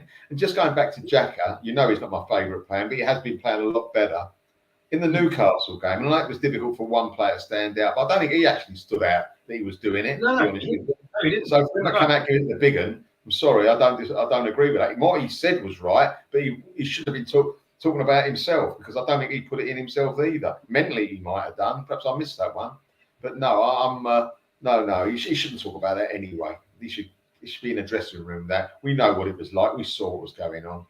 So fifth does. It gives our owners a bit of a headache. Oh look, we've got to spend money now. Perhaps we don't have to spend as much, but we've got to spend money. So that's a headache for them. And going back to our transfer in last summer, we bought Tommy. I think he's a great signing. We bought a goalkeeper, who was a great signing. But again, you're saying we've got to buy forwards. I agree, of course we have. But what's our problem with every team over the last 6 years, every side we've kicked off with, our problem, and it is very big for teams, whoever you are, you've got to have a good midfield. It helps out your attack and it helps you out your defence. And we haven't had a good midfield, let's face it. It's when our midfield plays well, we think it's fantastic because we're not used to it. No, our midfield should play well every week, right? That's the thing. And we spent, I'm not digging him out. I'm not digging him out. I'm digging the people who make the decisions out. And he might be good, people are saying. No, you spend 50 million pounds on a centre half when you need to strengthen your midfield, right? That's number one. And you had, all right, he was a year younger, Saliba. I'm not saying he's the greatest. He's one young player of the year. You're trying to tell me he's no better than Holding, Saliba, to stick there, right? You spent 50 million when you spent 30 million on him, and it lopsided the team. Midfield is so important for us. You know, and as I say, I don't particularly like Xhaka, but he's playing a lot better. And it got to the point, even I was thinking, if Xhaka gets injured, we are in a mess. How can we be in that situation with a player that I don't rate? And I'm saying, if he gets injured, we're in a mess. That's how thin our midfield is. We're in that position. And you're saying what went wrong. Is it to do with Bottle? Is it experience? Inexperience? I suppose it is a bit about that, Richard. But also, it's a bit about they've run out of gas. They've just run out of gas. There's a squad between our top 12 and anyone below that is a mile difference. We never had the luxury of bringing in 2 or 3 players and not noticing the difference all season. So therefore, the manager has got to push out his best 11 every week, because as I say, we can't afford to put 2 or 3 guys that are not normally playing. It shows up, doesn't it? Yes. He didn't want to play Tavares, did he? He didn't want to have to play Tavares, did he? And he didn't even want to play him. He was forced to play him, and even then he reluctantly played him. He takes him off every week, regardless. You know, Saka, for example, must have played 3 years every week football. He must have played, Saka. And that's not fair on any football, let alone a 20-year-old, especially a footballer that gets the crap kicked out of him. Right? I don't know how he finishes games, Saka, honestly. At the end of a game, I'm not sure if he's going to play the next game because, you know, he gets kicked high heaven. So that's number one. Smith Rowe's obviously got an injury. It just proves, and it's so thin, and we've left ourselves. It's not, you know, I mean, he could have seen it. He trains with them every day. If this, they're looking at him going, you know what? They're not quite ready. And I think Lokonga could come good. Tavares could come good, but they're not ready now. He must see that. So January, we've got a little bit, got rid of a few, get a few in. If not the tip-top people that will improve your squad or can fit in when we had these injuries. And as we didn't, we were playing players through the injuries. And at the end of the season, as I say, just run out of gas. Yeah, and that all comes back to January, doesn't it? It literally comes back to January. And I actually found, I mean, Adam, I don't know whether you heard, I said at the end of the game, I heard him in an interview, and he was asked about January, and he said, we did all that we could do in January. Now, we did nothing in January. So does that mean we've got no money anyway? We had no money to spend in January. Or does it mean we couldn't literally find any player anywhere in the world, despite the fact Newcastle seemed to find quite a few and other teams seem to find a few? And when he said that to me, I'm like, so we did everything we could do in January and we didn't do anything. it's So, I mean, another yeah. bizarre comment that's come out of the club in the last couple of weeks. But then that's a little bit different to what he said at the time. He said at the time that we had clear targets, and if we could get them in January, we'll get them in January. If not, we'll look at getting them in the summer. So he's telling us then that he did have people, but is he now saying that actually we've lined them up in the summer instead? I don't know how to word that. You know, you're never going to know for sure. I think it was obviously a mistake. We said it back in January when the transfer deadline. I think we had a show just after deadline day. And we said that that could come back to bite us, and it has. You know, we all could see that coming. But it was a bit weird how he didn't need to say nothing really. He could have just said, you know, we were active, we couldn't get who we wanted to get. End of. Leave it at that. You know what I mean? That's all he needed to say. Rather is it a script? Is it a script from Amazon, as Melvin keeps saying it is? I don't know. Is he giving a script? I think our whole season's a script from Amazon. I mean, look at our results. We either win or we lose. We barely draw, so it's all or nothing the whole season. The least amount of draws ever in our history in a league season ever. Draws, like it's ridiculous. Like what kind of Arsenal team does that? But now going back to the season, the original question, what you said about fifth, etc. I mean, we had a conversation right at the beginning of the season, and I said I'd accept top six, and I think that would be progress. But that's without not having any context of the season, isn't it? Exactly. And someone said to me yesterday, you know, oh, surely you would have taken fifth at the beginning of the season. I said, well, yeah, without seeing any football being played and knowing how the season's going to pan out, but seeing how it's gone, and not only once but twice we had the opportunity to capitalise on it, and we've let it go. That's the frustrating thing. And it was like, by the way, Rangers just went one up. Just saw that in our corner. It reminds me of Emery's first season when he had those 3 games to get 1 win to get us in Champions League, and they couldn't see it through then. It's the same thing again that's happened. Obviously, different manager. I think you're forgetting that. I mean, that season we had a Europa League final coming up, so that was a little bit of a distraction. And you know, we had this season, we had nothing, no other distractions. That was it. That was all we had. Well, that's what I was about to say. This team, we had nothing else to distract us away from that. For me, this is a bigger failure than that. The fact that we haven't had that day. And the thing is, like, we're never going to get another season like this when so many other teams have been as inconsistent as us. Like, the media are really sticking it into us. They're not talking about Man United, by the way. Man United have been bloody awful. I mean, Man United brought back Ronaldo, Sancho, Varane. Why are they not getting dogs abuse, by the way, from the media? Well, I mean, obviously we know why. But it's so like, you know, it's one rule for them, one rule for the others. But like, you know, no one's giving them abuse for coming 7th or whatever, getting in the Conference League or possibly even below that. I don't know if West Ham can catch them or not. But, like, the frustrating thing is we had it. Like, we had the opportunities. Before we had those 3 games losing against Southampton, Brighton, Palace, one result out of those 3 could have propelled us. You know, even losing against Spurs, like we just said earlier, it's still in our hands. You know, Spurs didn't start performing until after Christmas when Conte got himself together and got a couple of signings in. They were dead and buried before then. But it's just like, did we take it for granted? You know, are we just not mentally tough? I don't know. I mean, like, it's frustrating. So, beginning of the season, I would have been happy with 5th. Am I happy now? No, because, you know, we had the opportunity to take it. And whether that opportunity was by merit or just luck, I don't know. But it was an opportunity that we could have capitalised on. And it could have made a difference. I do think it will make a difference it's going to make a difference to your budget, obviously. When you know you've got Champions League football coming in, you get an extra, you know, X amount of millions coming in. That sponsorship, you name it. So that's got to play an effect.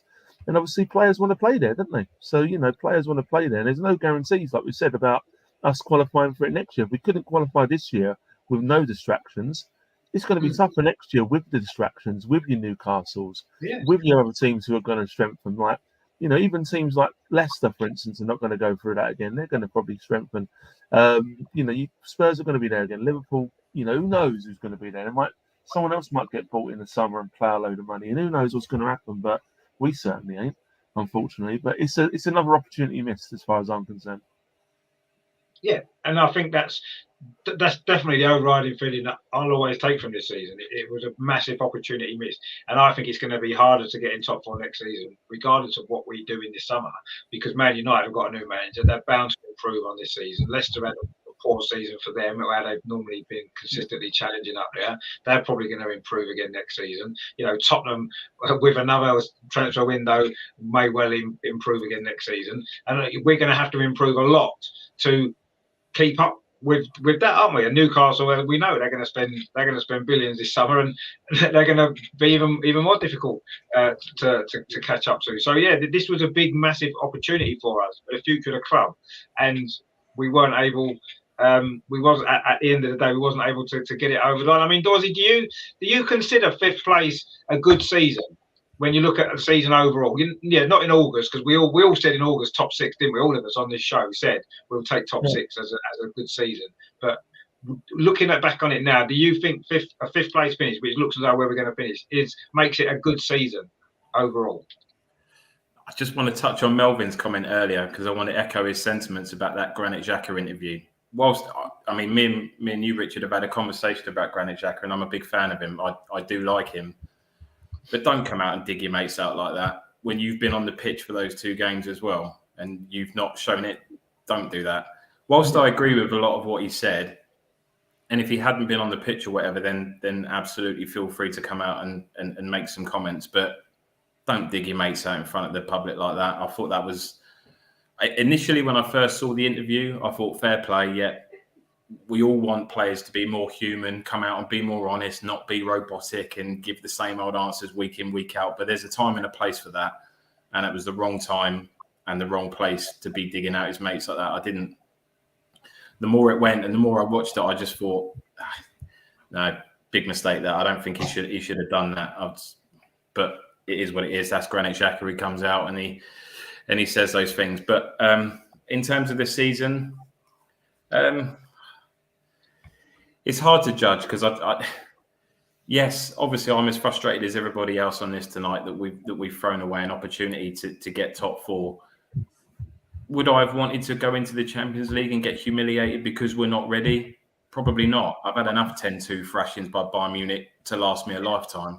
But the opportunity to speed up this process, if you like, for want of a better word, and be able to get the better players in and hopefully kick on from there. That's why I'm frustrated that we missed out on top 4. I don't know who said it, but someone else said it earlier. We are probably a Europa League team at the moment in terms of the squad that we've got. It's not big enough to compete in that in the Premier League. Not by any means. You probably need another 5 or 6 players to add to make it so that you can rotate week in, week out. But in terms of the level that we're at, it probably is Europa League. And I'd rather see us in a competition that we can compete in than a competition that we can't. So I know we're saying, would you have taken it at the start of the season? Of course I would. I honestly think that the club's expectations would have been, let's just get back into Europe. I don't think if anybody had been sat in that boardroom in July, August, thinking, what's your expectations for this season? Any of them would have said, we should be getting top 4, because I don't think that's realistic. So I think the target at the start of the season would have been Europa League. Obviously, as the season's played out, and as Adam rightly said, it's been a bizarre season when you look at what, and he's absolutely bang on. United have gone backwards massively by years, and don't think for one minute that Ten Hag can come in and turn that around in one summer and they're going to be a better side next season. They'll be about where they are now. He might well be a good coach and a good manager, but that squad needs an overhaul like ours did 2-3 years ago. There's a lot of players there earning big money that need to go, and so I don't think they're going to be there next year. There's arguments for Leicester. I don't think Newcastle are going to jump from mid-table to top 6, top 4. It's not going to happen that quickly, but yes, I'm frustrated. They just went from 20th to 9th. I know they did, but look at. I mean, yes, they brought in players that they need, but you're telling me that players like Dan Burn and Chris Wood are going to get them into European football? Don't. No, but they didn't buy him for that, did they? They bought him to get him out of relegation trouble. This summer they're going to buy to get into Europe, aren't they? Of course, but those players didn't come in to play for the club for 6 months. They're going to be there still next season. Yes, they might drop down and be reserve players or whatever, and they'll get rotated as and when they need to. But listen, Europa League is where we're at. As the season played out, we had an opportunity that we've well and truly thrown away, and the players and the manager and the club, they all have to take a portion of that blame. We sold a lot of players in January. We didn't strengthen. Whether that was because we couldn't find the right player. Mikel Arteta's got a very strict criteria of the kind of player that he wants to bring in. We've seen that because that's what he did in the summer, right? So does he bend that a little bit and get a player that doesn't quite fit his system in the hope that it might work? Or do you want the right players? So that's the question that you ask. Obviously in January, there was all the rumours about Vlahovic and we were trying to get him. And by all accounts, we put all of our eggs in that basket. And that was it. We didn't have a backup plan and we wanted that player. And for whatever reason, we were given a sniff that it might happen. I could have told you 2 weeks into the transfer window that he didn't want to come to us. We knew that straight away. So why we didn't move on to someone else, I'm not too sure. If you're willing and you've got £70-odd million or whatever it was to spend on him, why you're not investing that elsewhere. But it's a tough one. I would have liked to have seen players come in. I think Michael and Neil have both said it. Players should have come in, letting those players go out. And I agree with your point to a certain degree, Rich, about obviously looking at Saka's goals and Mahrez and that theme that we've got going on for the right-hand side. But let's face it, the two strikers we have got, they've scored 8 goals between them. Right? That is diabolical for 2 centre forwards. So that is not all on the manager. Yes, there's an argument that he should have brought someone else in January, absolutely, or at least kept Aubameyang until the end of the season. But once you've made that decision and you've got rid of Aubameyang and Vlahovic has not worked out and you've stuck with what you've got, those players have got to be stepping up. You're telling me that Lacazette's not better than 4 goals a season and 2 of them were penalties. Right, yeah. And Nketiah's got 4 goals this season and 2 of them are in one game. Right, that is awful. Do you know the weird thing, right? You're talking about those 2 forwards who scored 4 goals each. Aubameyang scored 4 Premier League goals for us this season as well. So he's got the same amount as Lacazette. Aubameyang go. He's been crap for 2 years. He was awful for 2 years. It wasn't just all of a sudden he woke up one day and didn't want to play for the club. He's been awful. No, but what I'm saying is get rid of him if that's the right decision. But he scored 4 Premier League goals this season before I got rid of him. And we've played Lacazette and Eddie Nketiah for pretty much the rest of the season. They've only scored 4 goals as well. So we didn't replace him. That's what I'm saying. We needed to get rid of him. Replace him. That's what we had to do. Yeah, that was the key, wasn't it? Replacing him. Yeah, absolutely. Hindsight's a wonderful thing. If we kept Aubameyang, but it wasn't hindsight. We all knew. We all knew in January. It's not hindsight, is it? We knew. And they didn't do it. Like you said, if they had 70 million to spend on Vlahovic and they couldn't get Vlahovic, why not spend 30 million on someone else, another 30 million on someone else? And then, we've got 2 more players into the squad. Buy a midfield player for cover, buy a striker, even if it's a backup striker, but someone who can get you some goals, come off the bench, maybe a tall guy of the ball, buy the Burnley ball, that Weghorst, you can lob balls in the box. He's going to win a few headers, a different option. Got him for 20 million, 25 million, whatever they paid for him. You know what I mean? It was bizarre, January. The whole thing's bizarre. And I mean, funnily enough, I wanted to come on to the point actually that Michael made about Arsenal being apparently ahead of schedule. Leicester were ahead of schedule in 2016. It didn't stop them winning the Premier League, did it? It's an absolute joke. That's the whole point. This board for me is just being wrong from the start. I have no love for Kroenke and his team. I just don't. Kroenke, I've just no time for, and his son is just a fake PR merchant who's now and again decides to rear his ugly head and say what the Arsenal fans want to hear just to get them back on side again. Oh, shut up! See right through you, transparent git. It's all a facade. I just don't like the way they run the club. The club needs to go back to basics and be a football club from the board level all the way down, right down to the bottom. And that is what is intrinsically wrong with this whole setup. To have an owner come in and say he doesn't care about trophies, that is doomed for us going forward. No matter what players we buy, what manager we get in, if their mission statement is, I don't care about trophies, let's just get the money in and keep it rolling in and keep my investment as secure as possible, oh, we haven't got a hope in hell. And that's what annoys and frustrates me so much. Absolutely unbelievable for any member of our club, whether it be player or board or official or whoever it is, to say we're ahead of schedule is the most ridiculous thing I've ever seen. We do not say that. We say they can say we've done better than expected. And you know what? We're gonna go with that, and we're gonna drive that even further forward. That's the kind of thing you want to hear. You don't want to hear we're ahead of schedule, because that's almost like, oh, actually, so okay, we've overachieved and that's okay. Well, no, not really, because you haven't won anything yet. You know, you're not challenging for the title. It's not as if we've missed the title by 2 points. So no, you haven't really overachieved. You're actually getting back to a position where we should have been many years ago, because that is what the whole reason why we went and bought the Emirates and moved to the Emirates in the first place, to compete at the very, very top. And all we've done since then is almost like we've gone in the opposite direction. I'm sick of hearing about transition. I've said it before on this podcast. We've been in transition since Theo Walcott's days. We're always learning. We're always in transition. We're always building for the future. Well, what the hell? So we can't keep doing that, and all the other clubs keep going ahead of us. And yeah, all right, they've got the big investments in money and stuff, and that's not how we run the club. But for goodness sake, unfortunately, and I don't like it either, but that seems to be the way sport and in life in general is going now. You have to have the big money. That you have to have the big cash cow, owners, and they've got to be able to plug that into the team to be able to compete with the others. I don't like it. I still prefer the old-fashioned way. I still believe, Arsenal, Man United, and Liverpool are the three proper clubs with history, and they've always done it the right way to a certain degree. City, Chelsea, now Newcastle, they've literally bought their way to success. I don't agree with it, but unfortunately, that is what is happening. That is the way it is going and heading. For me, I don't know if you guys remember, I said I'll take top 6 with a cup, or it has to be top 4. So it's kind of in limbo. It's like stuck in the middle. And I think I'm a bit with you, Richard. I mean, all right, look, it is what it is, and we've got to make the best of it now.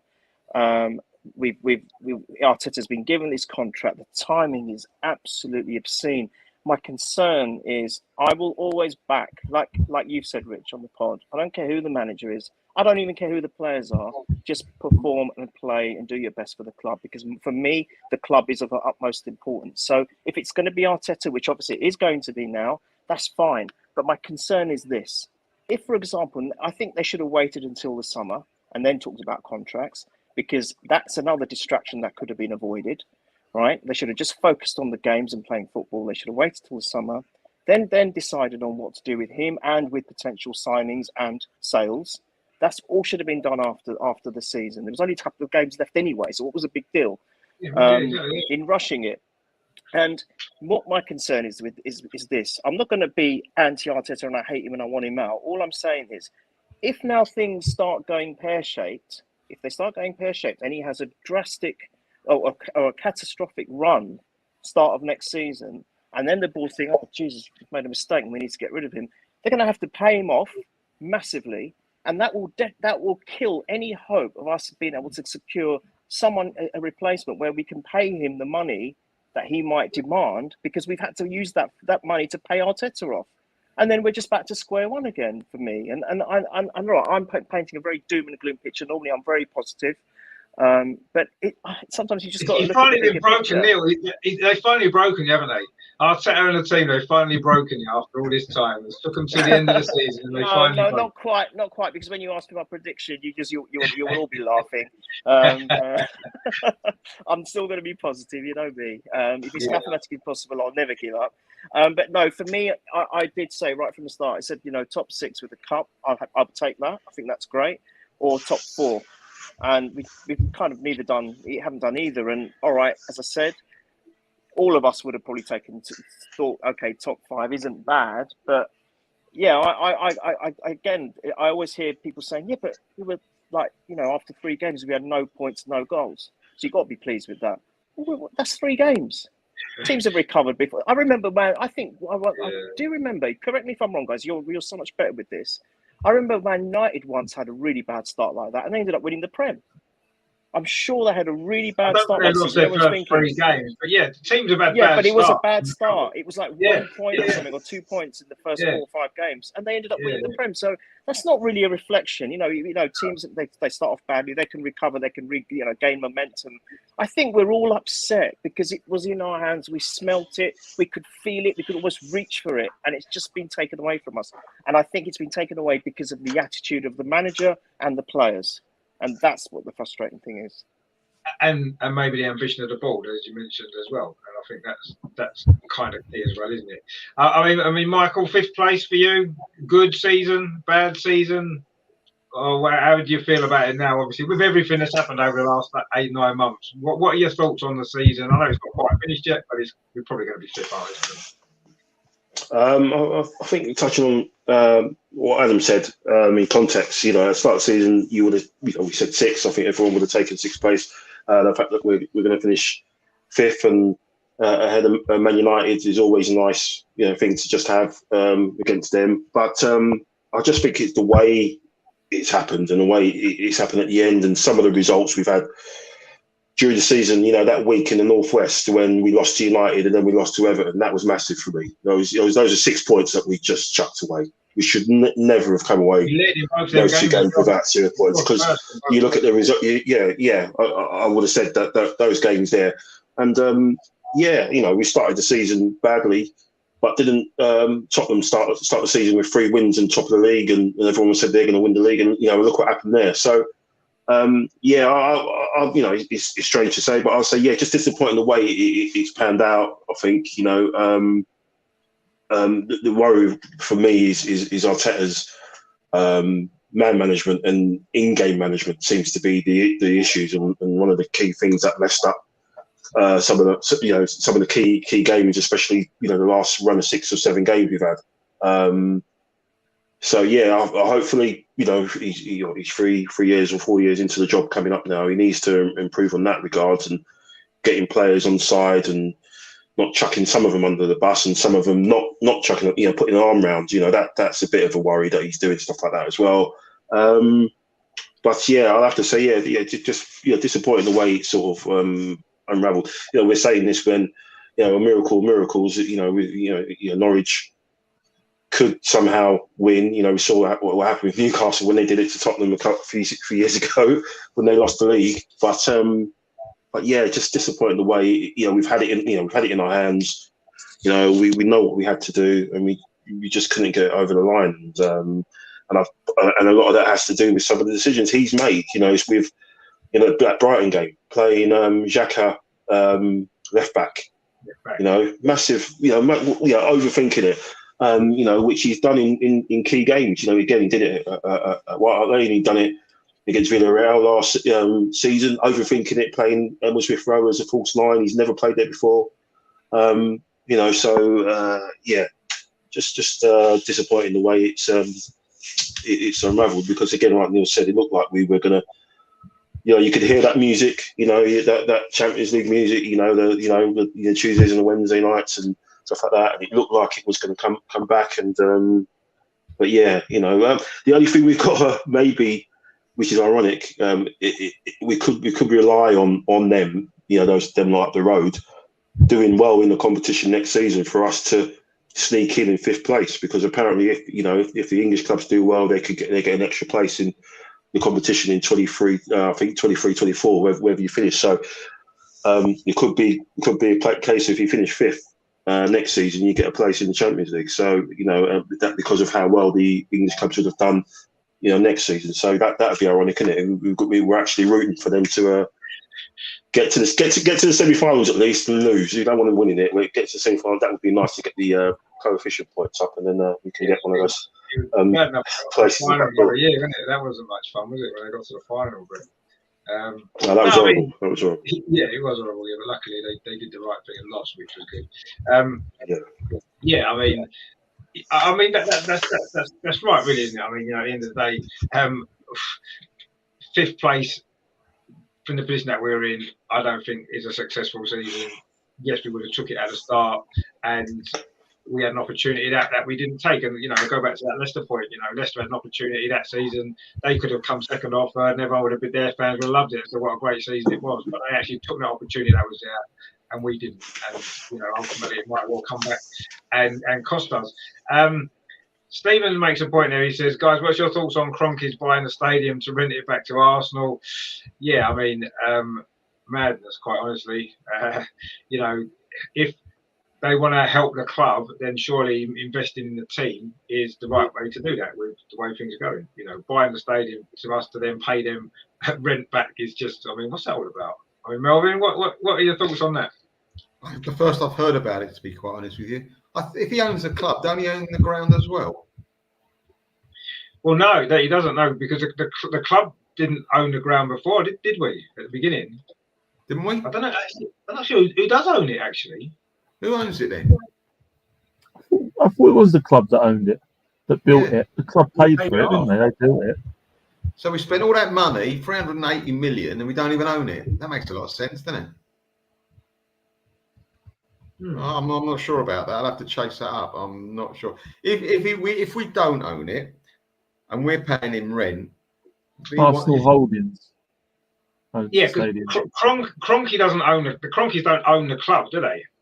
Don't they? They're just the highest shareholder, the highest amount of shareholders, aren't they? They don't actually own the club, do they? If you've got 99.9% of shareholding, you own the club, in my opinion. I don't think it's that high, though, is it? That they've got. They've got 100% basically. All the other ones are delisted. Are they? Yeah. It's joint. I've just had a look on here. It's jointly owned by KSE and Arsenal Holdings. And who owns Arsenal Holdings? Well, probably KSE. No, actually, wasn't Arsenal Holdings? Wasn't that you know, when David Dein left the club? Wasn't Arsenal Holdings involved in that? Was that Usmanov? Was he not involved in them? No, he sold his 30%. He had to sell it when he couldn't get on the board. He sold it, didn't he? I think that was Red and White Holdings. I think that was. Red and White. Oh, that was Red and White Holdings. No, you're right. Yeah, it was actually Red and White Holdings. Yeah, that's what it was. Yeah. Stephen in the chat here says Arsenal own the ground. Well, if Arsenal own the ground, why on earth would we sell it to the Kroenkes? to then rent it back? That just make no sense. I don't want. You asked the question. Whatever it is, Richard, I do not want the Kroenkes being out. You know, they own us. That's bad enough. I don't want us then putting us pressure when things aren't great to get the rent out of us. We ain't got it. They say, right, we take everything. Plus all the debt and all that. I don't want an owner to do that. I want an owner to have their heart in the right place and do what's good for the club. Us renting from a third party, to me, is not good for the club. It just shows what this geezer's all about. I'm not saying he hasn't put his hand in his pocket. Well, he hasn't actually put it in his pocket. He's put it in Arsenal's pocket because it's not his own personal money. Because he's borrowing from, what's that? Giving from Peter to pay Paul, whatever it's called. Yeah. He's just using us like the Man United owners have done it, but they've done it in a better way. I do not want us to be under pressure to pay any rent. If you can own your house, why rent it? And that's what the position he wants to put us in. The thing is, though, the irony of it is the fact that Arsenal Holdings, I believe, is the holding name for all of Arsenal's things. So the training grounds, whatever Arsenal own, Arsenal Holdings is the overarching one. But KFC, KSC,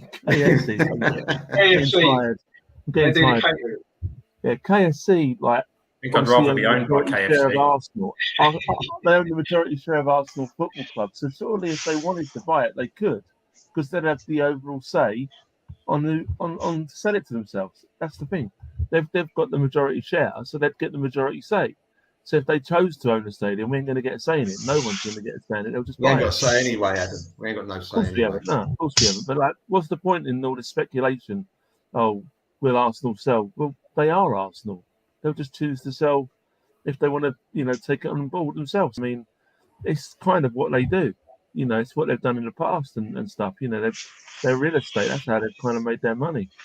And unfortunately, if they're talking about it, it's probably going to happen. I don't agree with it. What happens when he doubles or trebles the rent year on year? What happens then? Well, that's it. We're screwed, aren't we? Well, my hope could be then that he decides to sell the stadium and buy his Highbury back and rebuilds that, and we move back there. That would be a good idea, wouldn't it? That was kind of, That was solved before. I mean, that can't. I mean, Dorothy, they can't actually be doing that, can they? They can't actually. The club can't actually seriously think about doing it. That just makes no sense, does it? The same as Melvin. First I'd heard about it. I don't know the facts behind it, but if that's the case, then I agree with everything that, that Adam and Melvin have said. It's quite frankly, it's ridiculous. Yeah, I mean, it doesn't make any sense. It looks like it could be all about so that they can stage other events in the stadium, like probably American football events and stuff like that. I mean, they do that anyway. They've had numerous music concerts at the stadium before. Coldplay have played there. Foo Fighters. I mean, we've had. Well, yeah, but maybe that's not what they want now. I don't know. They don't want James NFL teams to go to Spurs. That's all. Well, yeah, that's what they want. Yeah, well, I mean, we should be trying to compete with Spurs, shouldn't we? Really, I mean, let's be honest. I wish we had KFC at the Emirates. The losses wouldn't hurt so much if you can get a fillet tower after the game. Yeah, but there's a KFC on Holloway Road, so just go there. You know what I mean? Drown your sorrows in there rather than at the stadium. Because if it was at the stadium, it probably cost about 20 quid for a fillet tower after the game, wouldn't it? If it was there, so you definitely don't want that to happen. Right, okay, I've had enough of all that rubbish. What we need to do now is we've got a game actually coming up at the weekend. Our last game of the season. I love a good last game of the season because game of the season was for another game, Richard. Sun's out, we're at home, loads of exciting things have happened to look back on, loads to look forward to, and we've got to play a game that could actually be quite important to their opponents.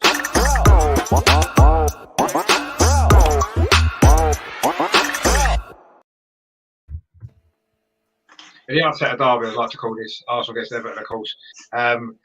He might be better off being manager there, but anyway, that's another story for another show.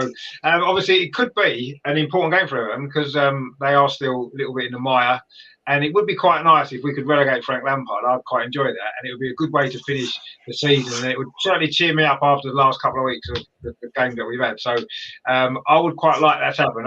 I personally don't think Everton will go down. I think they've got a game in hand. Are they playing tonight? Is it tonight they're playing, or is it tomorrow? Tomorrow, I think. Oh, yeah. So I think they'll probably get the result they need anyway. But even so, it's the last home game of the season is always fun, isn't it? And, I know it's going to be a bit of a strange atmosphere probably on Sunday because of everything that's going on. I mean, Melvin, what are your kind of thoughts ahead of Sunday's game and against Everton? You looking forward to it, or you just want the season to be over like probably all of us do? I mean, the most important thing for me on Sunday is going to the ground and meeting a few old mates. I mean, that's really basically the best thing I could hope for. Because as far as the game goes, I don't know where we're going to get our zest from again. I think we've lost all our gas. We're out of gas. The players aren't going to be all suddenly fit from the other night. Mentally or physically, they're not going to be fit. I think he might actually put a lot of youngsters in because the others just can't do it. He should put a couple in because you could damage a couple of players. You've overplayed so many players now in a short period of time. And let's face it, I don't think even if we had a full strength team, even though they're not, I don't think we'd beat Everton. I cannot see us beat, and I'm always bullish. I cannot see us beating Everton. Before the game, 2 minutes before the game, I think we're going to win 5-0. Don't get me wrong. But while I'm sitting here at the moment, I cannot see. I think Everton, if they don't have to worry about winning Everton, they're up. They will play football. They will play with fluidity, and they got no pressure. And I think they'd be better for them. For us, I can't see us doing it. And when you say what team do you want to put down, I'd love to put Everton down. I thought they kicked us off the pitch at Goodison Park. Unbelievable. Do you remember what was going on? It's not the first time they've done it. I just don't particularly like the Goodison crowd. I just do not like them at all. But I can't see us winning. I just cannot see us winning. And I'm worried about Norwich. I honestly think there's even money who's going to win it with us and Norwich because I don't think we're going to do it. Where are we going to get the goals from again? Look, I saw Everton play the other day. Who beat them at home? Was it Brentford? For parts of the game, Everton looked bloody good. You got that Richarlison up front. He's a handful. Really is a handful. Calvert-Lewin as well. He's at the back. I don't know why they're in the position they are, Everton. There must be a reason. Because when I've seen them play, they don't look that bad. But what can you do? I mean, I'm going along now. I'm going to cheer the team on.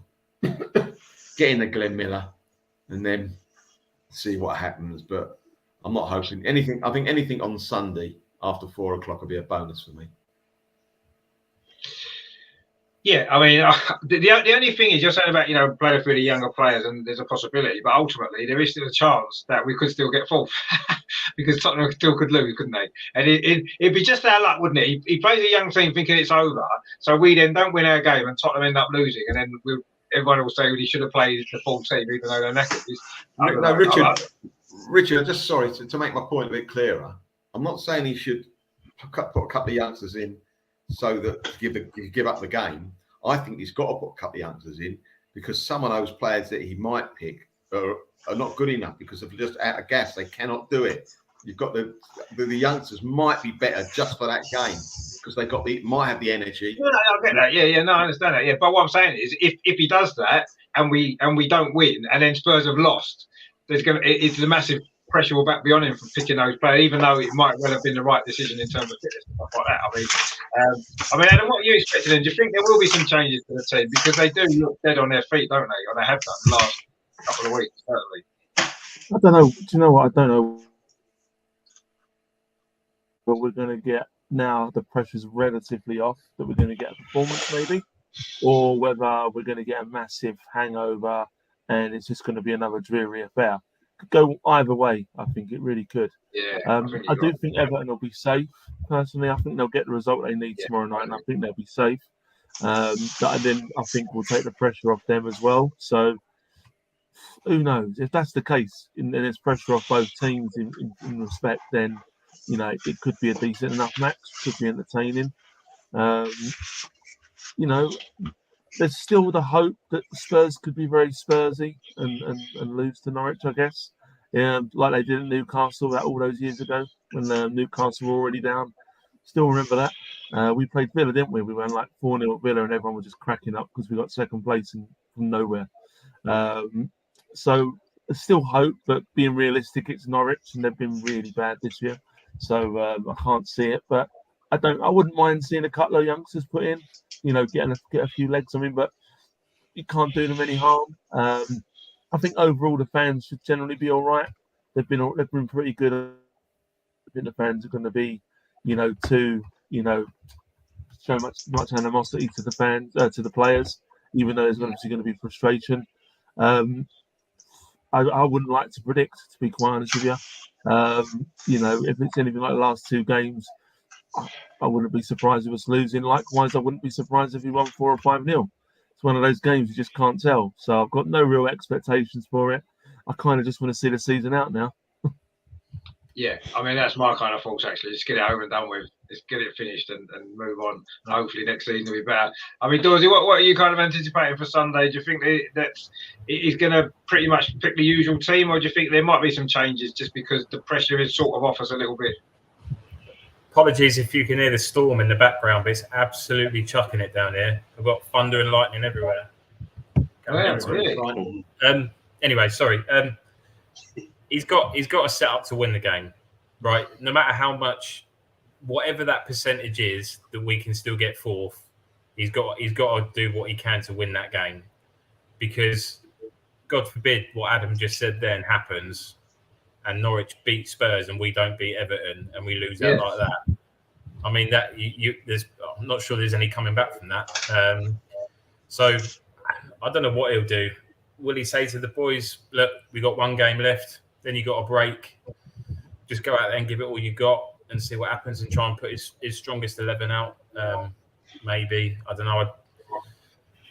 Same with Adam. We don't know what to expect, but you would like to think they've got a set up to win this game, regardless of how slim that chance is. It's still mathematically possible that we can get fourth. So we just have to do our job on against Everton and hope that someone's smiling down on us and see what happens. But I'm kind of just same with everyone else. Just really want to just get the game out of the way and see what we do in the summer and kind of what we could achieve and what we look like going into next season, because I think the way we line up next season will ultimately be Mikel Arteta's. It will make or break for him, because if he's now built his own squad, And if we don't get top 4 next season, then I think they'll probably have to make a decision really around his future. But yeah, same as Adam, just want it out of the way with. Same as Melvin, I think it's an opportunity to go and have a few beers with a few good mates for the last time for a few months, and just go out there and enjoy it. Hopefully, it'll be sunny. Just enjoy the time with your mates and enjoy your summer. I think that's all we got. All we got to do really. But yeah, it's difficult to predict what's going to happen really. We'll see. Yeah. I need to duck off now, mate, because my boy's not happy with the storm. So. All right. Yeah. No worries. Yeah, it's been a pleasure, lads. See you later. Not sure when the next one is, but yeah, just drop me a message, Rich, when you got the next one on. Nice to meet we'll you, do. Michael. Yeah. Good to We'll do a season Cheers. review at some point next week or so. Right, Anyway. Take care, mate. Cheers, guys. See you later. All right, mate. Cheers, guys. Take it easy. As I do, that's to shoot off the storm. Wow, it's not too bad here at the minute, but I expect it will rain a bit later. I mean, Neil, what's your kind of thoughts on Sunday? Then I know, we all know Norwich are going to beat Tottenham, so we need to obviously win our game and sneak in through the back door, which would be nice, wouldn't it? Absolutely. So yeah, we got heads down. We've got no morale. We've had this crap kicked out of us the last couple of games, and everything is doom and gloom. And Jesus and Arteta's this, and all the players are rubbish, and Arsenal's a fall-on club, and it's never going to recover. So I'm going to go with Robert's prediction in the chat, which I was thinking that. And basically, what's going to happen is we're going to chew the toffees. And Delia is going to cook the cock, and we're going to win 2-1, and Norwich are going to win 2-1, and we're going to get 4th place, and we're going to have that opportunity in the Champions League to win it next season. And come on, you Gunners. Which is what Arteta told to Willian, didn't he? That we'd win the Champions League in 3 years. So maybe that's the prediction. There you go. That's going to happen. Yeah, I mean, those 2 results are both possible, obviously, but pretty unlikely, I suppose. But we'll see. I mean, Michael, what's your kind of thoughts for ahead of Sunday then? I mean, do you think there will be a few changes to the team, or do you think this isn't the time to really mess about too much, because there is still something riding on it, however small the chance is? Yeah, I think there might have to be changes because according to the training, there were a few players missing at training today. I don't know what it will be like, obviously, as we get closer to the game. But yeah, I think he'll have to play as strong a team as he can because it's obviously there's that 1%, 2%, whatever chance there that we could sneak through. At least we'll get to see the new kit anyway on Sunday. The players are going to be wearing the new kit, the new home kit. So yes, it should be the black one, but it won't be. But yeah, I think like Mervyn said again. I think if Everton need to do something, if Everton need to win, I think we're in trouble. Because I think like Richarlison, that game up there, Goodison, they kicked us all over the place. That Godfrey should have got sent off. He was stamped on Tommy Ash's face. Got away murder, they did. But Richarlison was like a proper pain in the arse. He was just kept on running. He's got his goal. Got a couple of goals, didn't he? And they were ruled offside, and then he got one at the end.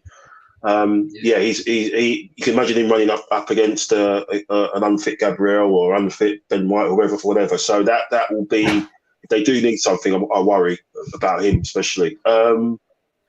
But yeah, you just hope that we'll the crowd get behind them and try and just put it in for one last 90 minutes and at least a little bit like what Liverpool will do to City, keep them honest. You have to win. City have to win your game. Liverpool will win their game. So we have to make sure that we do what we have to do to then Tottenham have to win their game, keep them honest, and earn their place in the Champions League. So it's going to be tight. But I think if Everton do need to win or do need some coffee, I think it's either going to be a draw or probably they're going to squeak it, because again, I just think the morale of our team of us is just it's on the floor, isn't it? It's through the floor. And the fitness as well, as you mentioned there, the fitness could be an issue. As you said, a few players are struggling as it is now, so that's going to not help us, is it?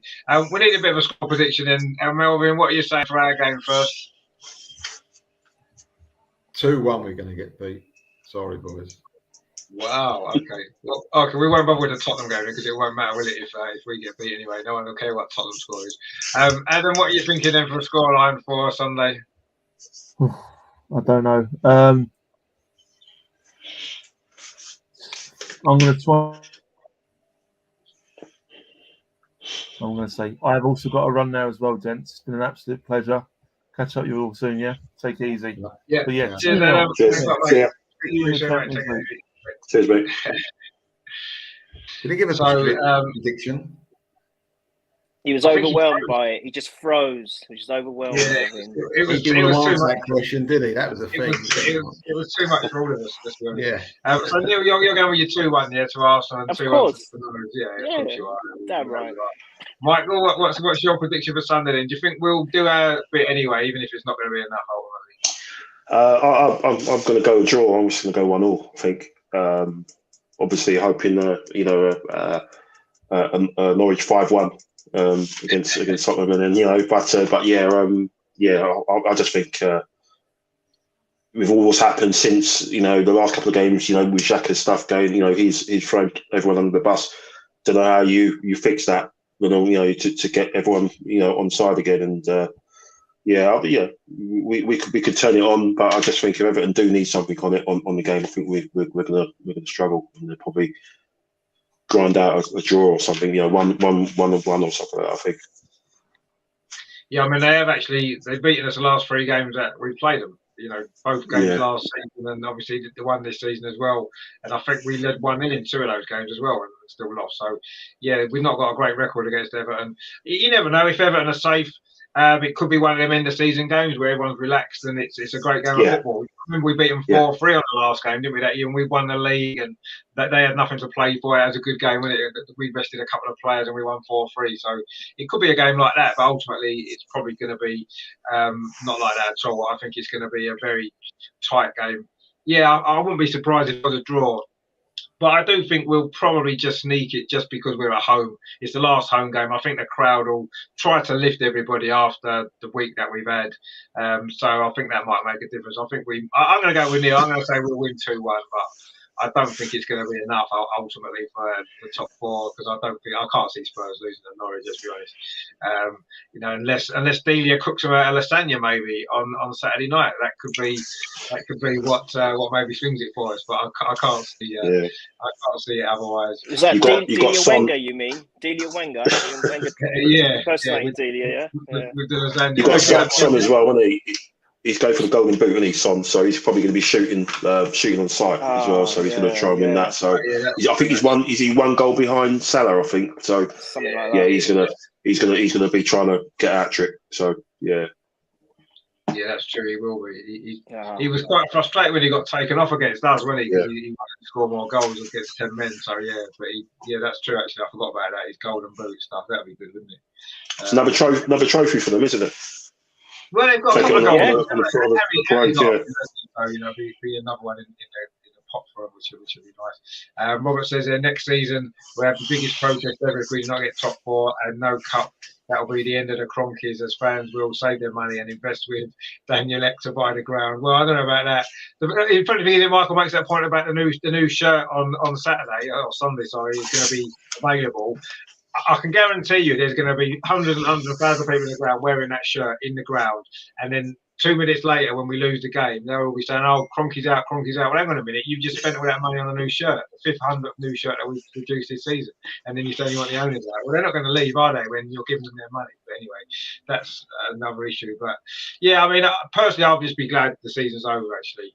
It seems to have gone on forever and for very little, really, what we've got out of it. Yes, there's been some good performances. Some players have stepped up a level from last season, some of the younger players in particular. But ultimately, it has been. I think it's been a failure. We've had a big opportunity and we haven't taken it. And unfortunately, that might end up costing us long term financially. And that could be a big problem as we look to try to get ourselves back to where we want to be, really. But we'll see what happens. I mean, it's all to come in the future, isn't it? I said, but let's just get this season out of the way. Let's hope we can at least go out in a little bit of style, at least give us some hope for something, because the last couple of weeks, or last week in particular, has been That's been just dreadful. It's probably one of the worst weeks I can remember as an Arsenal fan, and we've had quite a few bad weeks in history, haven't we? So but there's not been too many that I can think of in recent years that have been quite as bad as this last week, actually. So I will be quite glad when the season's over. Let's just hope that, I'm not particularly optimistic about the future, I've got to be honest. I don't think the club have got any ambition to make us competitive again at the top of the league. I think we're going to be treading water for the next few years. They've got Arteta because he's cheap. He's not, we're getting young players in because they're cheap. We're not going to buy big players. We're not going to compete. That's not what the plan is for the club, I don't think. And I think we're just going to have to settle for the next 2 or 3 years or 4 years, just muddling along, trying to scrape in the top 6, and that's it. And I think that's where we are, unfortunately. I want more personally for Arsenal. I think Arsenal should be wanting more for themselves, and the owners should be wanting more, but I don't think they do. And Ross says, come on, Richard, where's the positivity? Well, I mean, the positivity is on Sunday, the season's over. Yay! And we can letting us down every we can enjoy the summer. So that's what I'm looking for. So that's my positivity. It's the last game. We haven't got to put ourselves through this any longer for a few weeks anyway, till next season. But you never know. Maybe next season we'll come back stronger. Who knows? But anyway, yes. I mean, it's been a bad week, but it's over. And just one more game. So who do we think is going to win the Premier League then, Melvin? What do you reckon for that? Liverpool, Man City? 1 point in it. Last game. Is City going to blow it? Nah, City. For me. City, yeah. Neil, what do you reckon? I hope Melvin's right. We cannot let Liverpool do the quad. What a season that will be for us if that happens as well. Oh, my God. City, please. Yeah, but wouldn't you like to see a bit of history? Because that will never be done again. No one will get this close to doing the quad again. No, never. It will never happen again in our lifetime, right? And I think that other fans of other clubs, when we were so close to being unbeaten that season, I think a lot of people were kind of secretly hoping that we did it because it's a once in a lifetime thing to experience. See somebody do that, And I actually wouldn't mind if Liverpool did it for the simple fact that we'll never ever see anybody do it again. And yes, I'd like it to be us, of course, that did it, but we're never going to. Let's be honest. So the fact that they've come so close. Don't say that, Rich. Don't say that. Never say never, Rich. Well, come on. Who thought we'd Leicester City win the league? That's history. No, but nobody's ever done the quad before, have they? No one's ever done it. No. And I don't think anybody ever will. Yeah. The thing is, City did the domestic treble. And no one talks about it, do they? Because they effectively, they bought the League Cup for the last couple of seasons because their squad, they've got 40 million, 50 million defenders on their bench. But I mean, you wouldn't want to see anyone else go unbeaten, would you? So for me, that's like the same thing. We all celebrate when everyone loses a game. So I wouldn't necessarily want to see Liverpool win the quadruple, or unless it's us. I want us to do it first. Absolutely. It's like Chelsea winning the Champions League. It always killed me because we wanted us to be the first London club to do it. We never got to do it. And, but yeah, I know you're right. It's history, isn't it? You want to kind of see it, but not then. Richard, it will happen in our lifetime, and it will be us. Let's just no one thought it would go unbeaten the whole season, and we did it, right? So, come on. Yeah, but that's one competition. That's not all four, is it? I know, but it was still almost poo-pooed and it was laughed at, wasn't it? So City would have done it a couple of seasons ago if Pep hadn't overthought it again in the Champions League again, because when they've done that domestic trouble, I think they got to quarterfinals of the Champions League. They were 6-3 up or 5-3 up against Monaco, and then they chucked it in the way league. They probably would have won it that year, but again, so one of them two are going to do it eventually, aren't they? I don't know. I just think the fact it's never been done up till now, with all the money in the top clubs, and nobody's done it. It makes me think that will it ever happen again? No one ever has got this close before, have they? They've won the 2 cups. No. They're in the final of the Champions League, and they were a point off winning the title as well. When Man United did the treble, where do they get in the League Cup? Do we not? Does anyone know? I think they got knocked out in like the 4th round or something like that. Okay. Yeah, they didn't get anywhere. Because United used to just throw their kids in that, and we did it and got pretty far, but they did it and they just couldn't get it turned over. So okay. Yeah, I don't think nobody's ever got this close to anything like that before. I mean, so you want to see it, Richard? Yeah, you want to see them do it? Just from an historic point of view, I just think for someone to do it. I mean, I can remember when Liverpool won the sort of the treble in the 80s when they won the European Cup, the league title, and the League Cup, and that never been done before. No one had ever won 3 major trophies in the English club before, and they won 3 out of 4 that season. And I think they lost to Brighton in the FA Cup actually, and they would have won the whole lot then. And you know, although it's not your club, and you look at it and you're sort of jealous, aren't you, of seeing one team have so much success? But ultimately, it's a little bit of history. It is a little bit of history, and it's kind of when it's not Tottenham, when it's not Chelsea. I don't want to see Mane smiling, having won 4 competitions.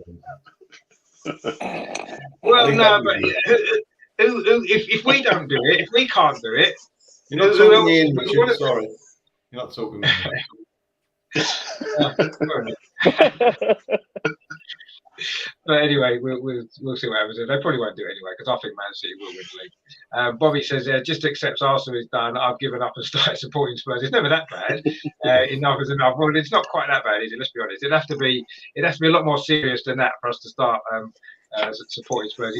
We could be in non-league. Never support Spurs.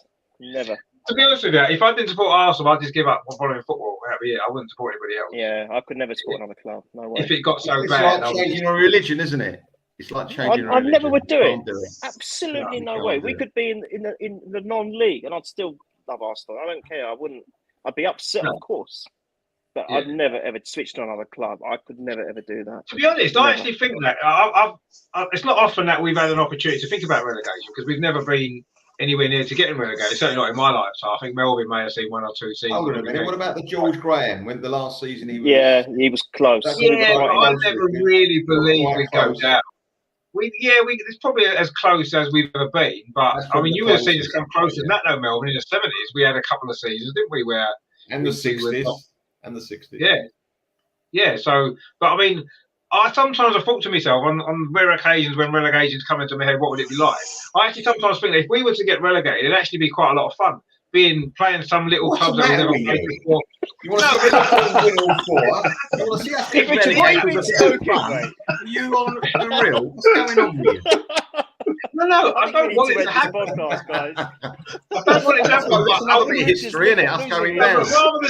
Rather than going to support another club, I would stay with Arsenal because actually I think it might be quite fun playing like wiring it away on a Tuesday night. It's very different, wouldn't it? We've never done that. I'll tell you something, this certainly has now been cathartic, I'll tell you that much. I definitely solved my misery for tonight. You think about it, right? We're sort of, we're unhappy because we've blown the top 4, we're going to come 5th. Whereas, we could be relegated. We could be in League 2. So we've got a lot to be excited about, and we've got a lot to be grateful for. Richard, that argument I completely see, and yeah, we some other teams and clubs might look at these moany old gits. What's the matter with them? They're like, they're in the 5th. We'd love to be in the top 6 position in the Premiership. I do get that, but the point is, where Arsenal have developed, supposedly have developed and progressed over the last 15, 20 years, we should be aiming for higher. That's what it is. If we hadn't moved, if we hadn't had, any like glamorous, we didn't go unbeaten for the season. We didn't have that invincible era. We didn't have all those great players. Wenger never even joined and did what he did, and we were just going along as we were very much so in the 80s. Then fine. Then maybe, we would be really grateful to end up top 5 or top 6 or wherever it is. But the expectation is so much different for us. And that's where I think that's why it's a letdown. We should be doing better. For me. Yeah, we've never been ambitious, have we? We've never backed ourselves properly as for our size. We're the biggest club in London, in one of the biggest cities in Europe. We've never, even when we were on top, this going back, 2003, 04. We've never backed it and won it. Won the league back to back, or we've never. We went toe to toe with United, but we've never. We've always gone in low for transfer, and things like that. We've never gone and said, okay, we're going to blow people out of the water with a transfer bid or whatever. When we have, we've messed it up, but. Yeah, we've never been like that. We've always been, sort of under the radar sort of thing, and not punched our weight really. And we're a massive club, but we just don't seem to. Right.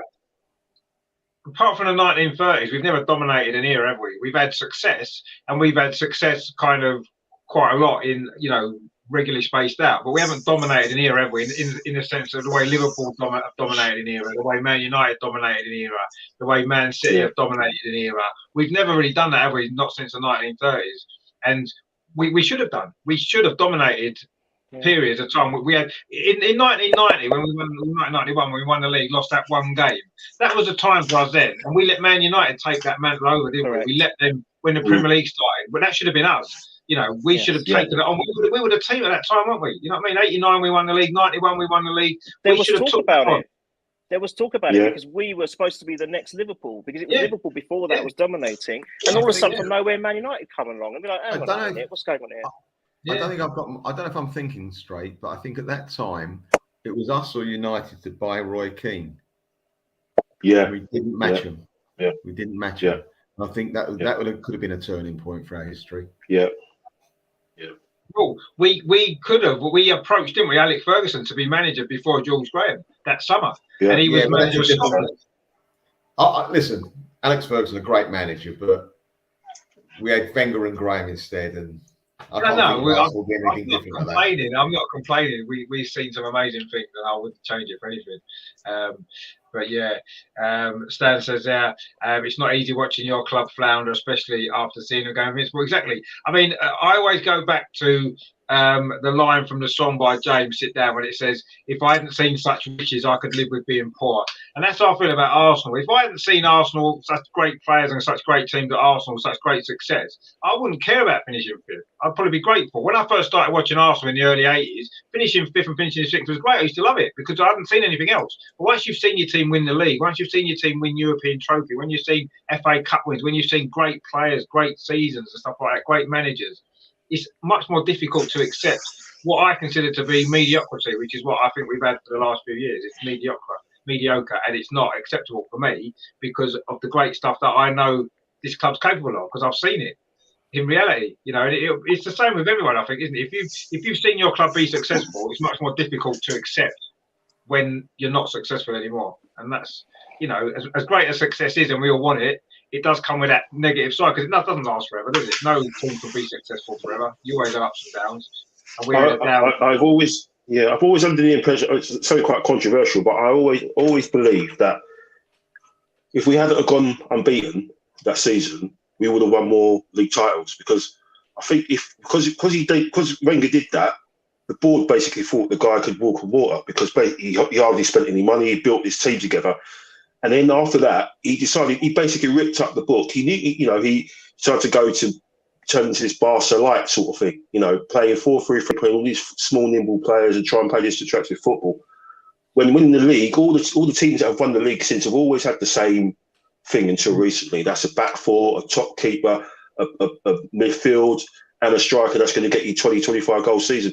And that's what we had. And then he went completely left field after that game unbeaten. Because it was like, you know, go on, Arsenal, we give you the keys, you can do whatever you want. You know, the board basically said, yeah, do whatever you want.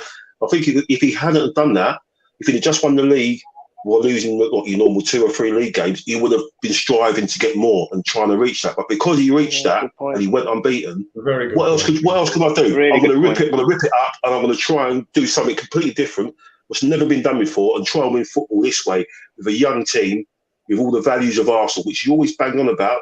Build them up together to be good and to fight for each other. And 2008, that's when it died. When Eduardo got his leg broken, that's when the dream died, because he almost did it. He almost did it. But you know, if he had won the league normally 2 or 3 defeats, I think we would have won a couple more titles. Good point. Yeah. Maybe you're right. Maybe, yeah. I've not really thought of it like that. But it was funny, wasn't it? Because that team kind of broke up very quickly, didn't it, after that as well? You know, the year after we got to the cup final, and we were lucky to beat Man United, actually dominated that game, didn't they? And after that, we reached the Champions League final the year after, but the decline of that team was quite quick after that, wasn't it, actually? Because it was a transition, wasn't it, from that style of football to something like you said, something different. You know, we've got Fabregas in the midfield, and that was the start of the change, wasn't it? Putting him in there as opposed to Patrick Vieira and stuff like that. And yeah, maybe that's a good point, actually. Yeah, perhaps we may well have added a more like period of success after that. I'm going to claim it for my own anyway, all right? I'm going to claim that for my own. It's such a good point. It is brilliant, Michael. It is a very good point. Seriously, you got to patent it, mate. Patent it before it gets destroyed.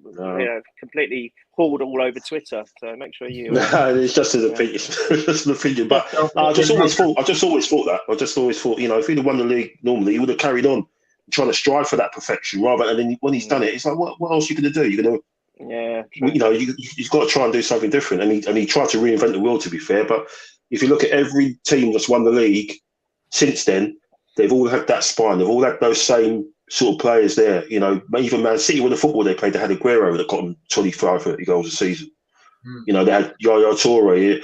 Look at Liverpool. They've all had the same top keeper, Alisson, Van Dijk, midfield, Fabinho, and then the guys up front. You know, they've all had that. You know, all had that spine. And we went in our field. We had, you know, Nasri, was it Kleb? Firmini, to a certain extent. We had him in centre half, who wasn't good enough. Yeah. That's an interesting point, actually, because it's almost like it's almost like in a way he wanted to win the league by having 5'6" midfield players, 5'6" speedy wingers. No, you know what I mean, and it's right. You need every team that's been successful in one league has had 6'5" centre halves and a big lad in midfield to win the ball and stuff like that. And yeah, maybe that's the point. Yeah, that's actually a good point. Maybe that was the start of the downfall when it shouldn't have been. We should have dominated, shouldn't we? We should have dominated that era at that point with that team that we had. Yes, there was all at their peak at the same time. Let's be fair. They were all always. Yeah, how can you get that far? How can you do that? Win a league unbeaten and then not do it again, not win it again. I know that's the crazy thing, isn't it? That's the crazy thing, isn't it? That's just absolutely crazy. James says, Liverpool getting us all banned from Europe didn't help. Even though that's a good point. Yeah, obviously we could have won a European Cup as it was then, maybe in the 80s, 90s, early 90s when we were having great success here. Who knows? But yeah, so cheers Liverpool. So actually, now you said that. I don't want them to win a quadruple because they cost us the chance to win a European Cup, so I totally won't. But yeah, they're not going to anyway because City are going to win the league, so that's that. So yeah, anyway, that is the Wednesday clinic this week, which was good stuff. Melvin, have you got it all out of your system or not? Yeah, I feel a lot better now. I feel a lot better. Yeah, just going to smash my head against the wall instead of doing something far more vicious. No, it's great tonight, John. That's always great to speak to Neil and yourself. And I'm at last on a pod with Michael. I've made it. I have made it. I've done it. Been there, done it. I'm very happy. Yes. No, thank you. Thanks for the invite, Rich, and great talking to Melvin. And yeah, Neil, nice to see you, mate. Nice to see you, bro. It's been a good chat, and it's feeling a bit positive. I'm just looking forward to seeing the kit on Sunday, man. That's all I care about. Forget Champions League. I just want to see the kit. Yeah, that's what we want. We just want 5 nice new kits every season, every night, and a few training tops here and there thrown in, and a few Stella McCartney bits and bobs, and that's all we need. Don't care about winning football games. Don't care about finishing in the top 4 or winning trophies. Let's just get the nicest kit. You want that every year? That's what we need. You know what he's going to do? I've heard what he might do. Talking about wants us to rent the ground, off of him. I'm told that all the new kits were coming out. We've got to rent the kit off him as well. We've got to pay weekly for the kit. Subs. We've got to wash it ourselves. We've got to wash them ourselves. But you've got to pay up front a week in advance to rent the kit. No, that sounds like a good idea. Yeah, we certainly run like a Sunday league club, aren't we? So that would kind of fit in quite nicely. Obviously, Michael, you're on another channel, aren't you? Give that a little plug as well. I know Neil's on there as well, isn't it? James as well. Yeah. Normally contributing to the Purely Arsenal podcast with Neil and James and Jack. I think Jack's gone to. I think he's in cryo sleep at the moment. I think he's frozen himself, and That's why hasn't been a pod recently, because I think he's waiting for Elon Musk. I think he's waiting for Elon Musk to invent time travel, so then he can go back to 03, 04, and then we can start podcasting from that, or maybe 1998, and then we can podcast about all the glory days and start all over again. So yeah, that's why we've been out of the, not been on it for recently, but no, it's been a good chat. But oh dear. No, it's been great.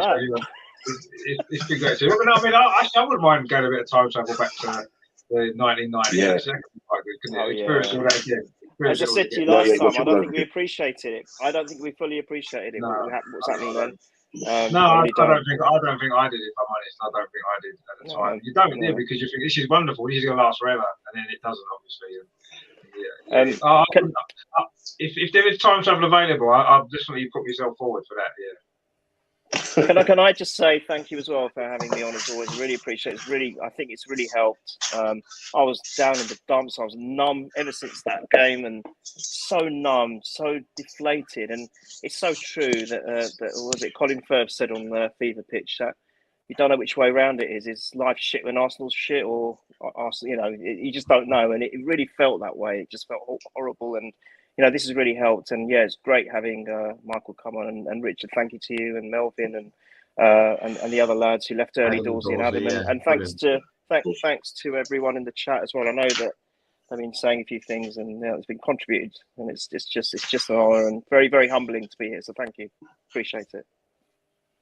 I mean, to be honest with you, the show is always, you guys make the show what it is every week.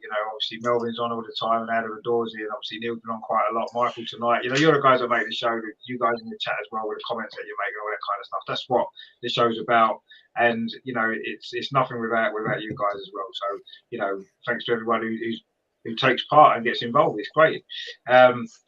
James says there, I still am, Neil. So James is obviously still here. He says Samaritans have blocked my calls. Yeah, I think they've blocked our calls as well. James says, I won't get up at 5:30, 6 o'clock for podcasts about his crap as well. No, and Stan says the birds are much fitter back then as well. No, that's only because we were all younger. That's why. That's the only reason. But yeah, you brilliant. Oh god! Yeah, I would. If there is time travel available, I'm definitely putting that down. We go back and enjoy it. I bet you never, Rich. I bet when you asked me to come on, you didn't think you'd be talking about time travel. Well, last podcast. Definitely a nice way to finish the show, isn't it? Actually, because that would be good. And James says there. We win games in my sleep. Well, yeah, it's the only time we are at the minute, James, to be fair. But anyway, hopefully on Sunday we might finish the season with a win. That would be nice. And James says, I scored a winner as well in some. Do you? Oh my goodness. The standard must be terrible. Jesus. Oh. what sort of league is it, James? Come on. Dear me. Mind you, we've all scored the FA Cup final winner in our dreams, haven't we, surely? Oh, yeah. That'd be nice. That's the ultimate, isn't it? That's the dream, isn't it? Scoring the FA Cup final winner for Arsenal. I'd love that. That would be, wouldn't it? What more could you? So I'd actually go back in time. I'd go back in time so I could actually play for Arsenal and score a goal in the score a win in the FA Cup final. Last minute winner. Yeah, 1979, Alan Sunderland. No, take Alan Sunderland. I'm going. Give me Curly Wig on. I'm there. Alan Sunderland. Last minute winner. That was unreal. Imagine if you could change history and do that. That'd be brilliant. James says, I'm a 6'3" header merchant. With all that hair, mate, you're never going to head the ball, are you? Let's be honest. You're just getting away. Rich is definitely on once there. Now he's destroying James. This is brilliant. just getting away, wouldn't it? Is one of them like, do you remember when we had Emmanuel Petit and he had all his hair and that? He's great for a nice, elegant midfield player. It looks good, doesn't it? But a big centre half heading the ball, you got to have short hair, haven't you, to be a big centre half? Yeah, it doesn't work. It just doesn't work. But anyway, I'm sure James is a good player actually, so we'll get him on. He says he's Chelmsford's Andy Carroll. Well, there you go. Andy Carroll says it all. Stan says, as a child, I used to have nightmares about former Togo manager Claude Leroy. It was a real problem for about 3 years. Have you got therapy for that, Stan? Because I think that could be quite a serious issue, actually. Does anyone know what about anything about Claude Leroy? Was he scary looking guy? Was he? I don't know. Never heard of him. No, I've never really known. Former Togo manager. When was this, Stan? Was this in the 1980s? Was it? Or was it quite recently? I don't know. Doesn't sound good though, does it? Anyway. Right, guys, I'm going to have to go. So thanks to all you guys for watching. Melvin, Neil, and obviously Michael, his first time, and obviously nothing Adam McCausey, who were on earlier. It's been a great show. You know, Arsenal can be crap. It doesn't matter. We can have a laugh and enjoy it as well, can't we? That's what it's all about, isn't it? I'm back on Friday. I've got an Everton preview show with Everton Rose is coming on. A little chat about Everton, their season, and the game on Sunday, and that kind of stuff. So that'll be, I think that's 7:30 on Friday, and then of course to watch along on Sunday the Everton game. Hopefully we can finish the season in good style. Stan says, look him up, scary as well. There you go. Okay, well I will do afterwards. That's what I'll definitely be doing. But they'll give me a nightmare about him tonight probably. Then that'll be good money. So yeah, I'll be back on Friday. So look out for that. And I say to watch along on Sunday. Then next week we'll probably do an end of season review. Actually, that might be a good idea. Look back on the highs and lows, or the average and the lows, probably. But we'll do that maybe next week. Look back on the season and maybe give out a few awards, because I'm sure there'll be some good awards we can give out. James says there, Claude Leroy looks like Tubbs from League of Gentlemen as a football manager. Does he really? Well, okay. I'm definitely going to look him up now. That's going to be fun, but maybe not tonight. I might do it in the morning, so I haven't got to go to sleep. So yeah, I'll get Friday. So yeah, thanks for all you guys watching. Thanks for all your comments as well. It's been a lively show. It's been good. We've got it done. It's good to have Michael on for his first appearance as well. He made a good debut actually, so we might keep him in the team. He's made a good debut. We negotiate the sign-on fee later on. Yeah. We need midfield reinforcement, so you can never have we need a good midfield, don't we? So that's what we look to that as well. So yeah, thanks for you guys. We'll see you soon. James says thanks to all of you. Yeah, thanks to yourself as well, mate, for joining us in the comments. Hopefully we'll see you maybe on the show next time. And in the meantime, of course, as always, last game of the season. Thank God. Come on, you Gunners. Let's finish at least with a win. You never know. Norwich might do it. Who knows? Neil might be right. Then we can have Neil on next week. Brilliant. Take it easy, guys. We'll speak to you soon. Yeah. See you later. Cheers. Thanks. Bye. See you later.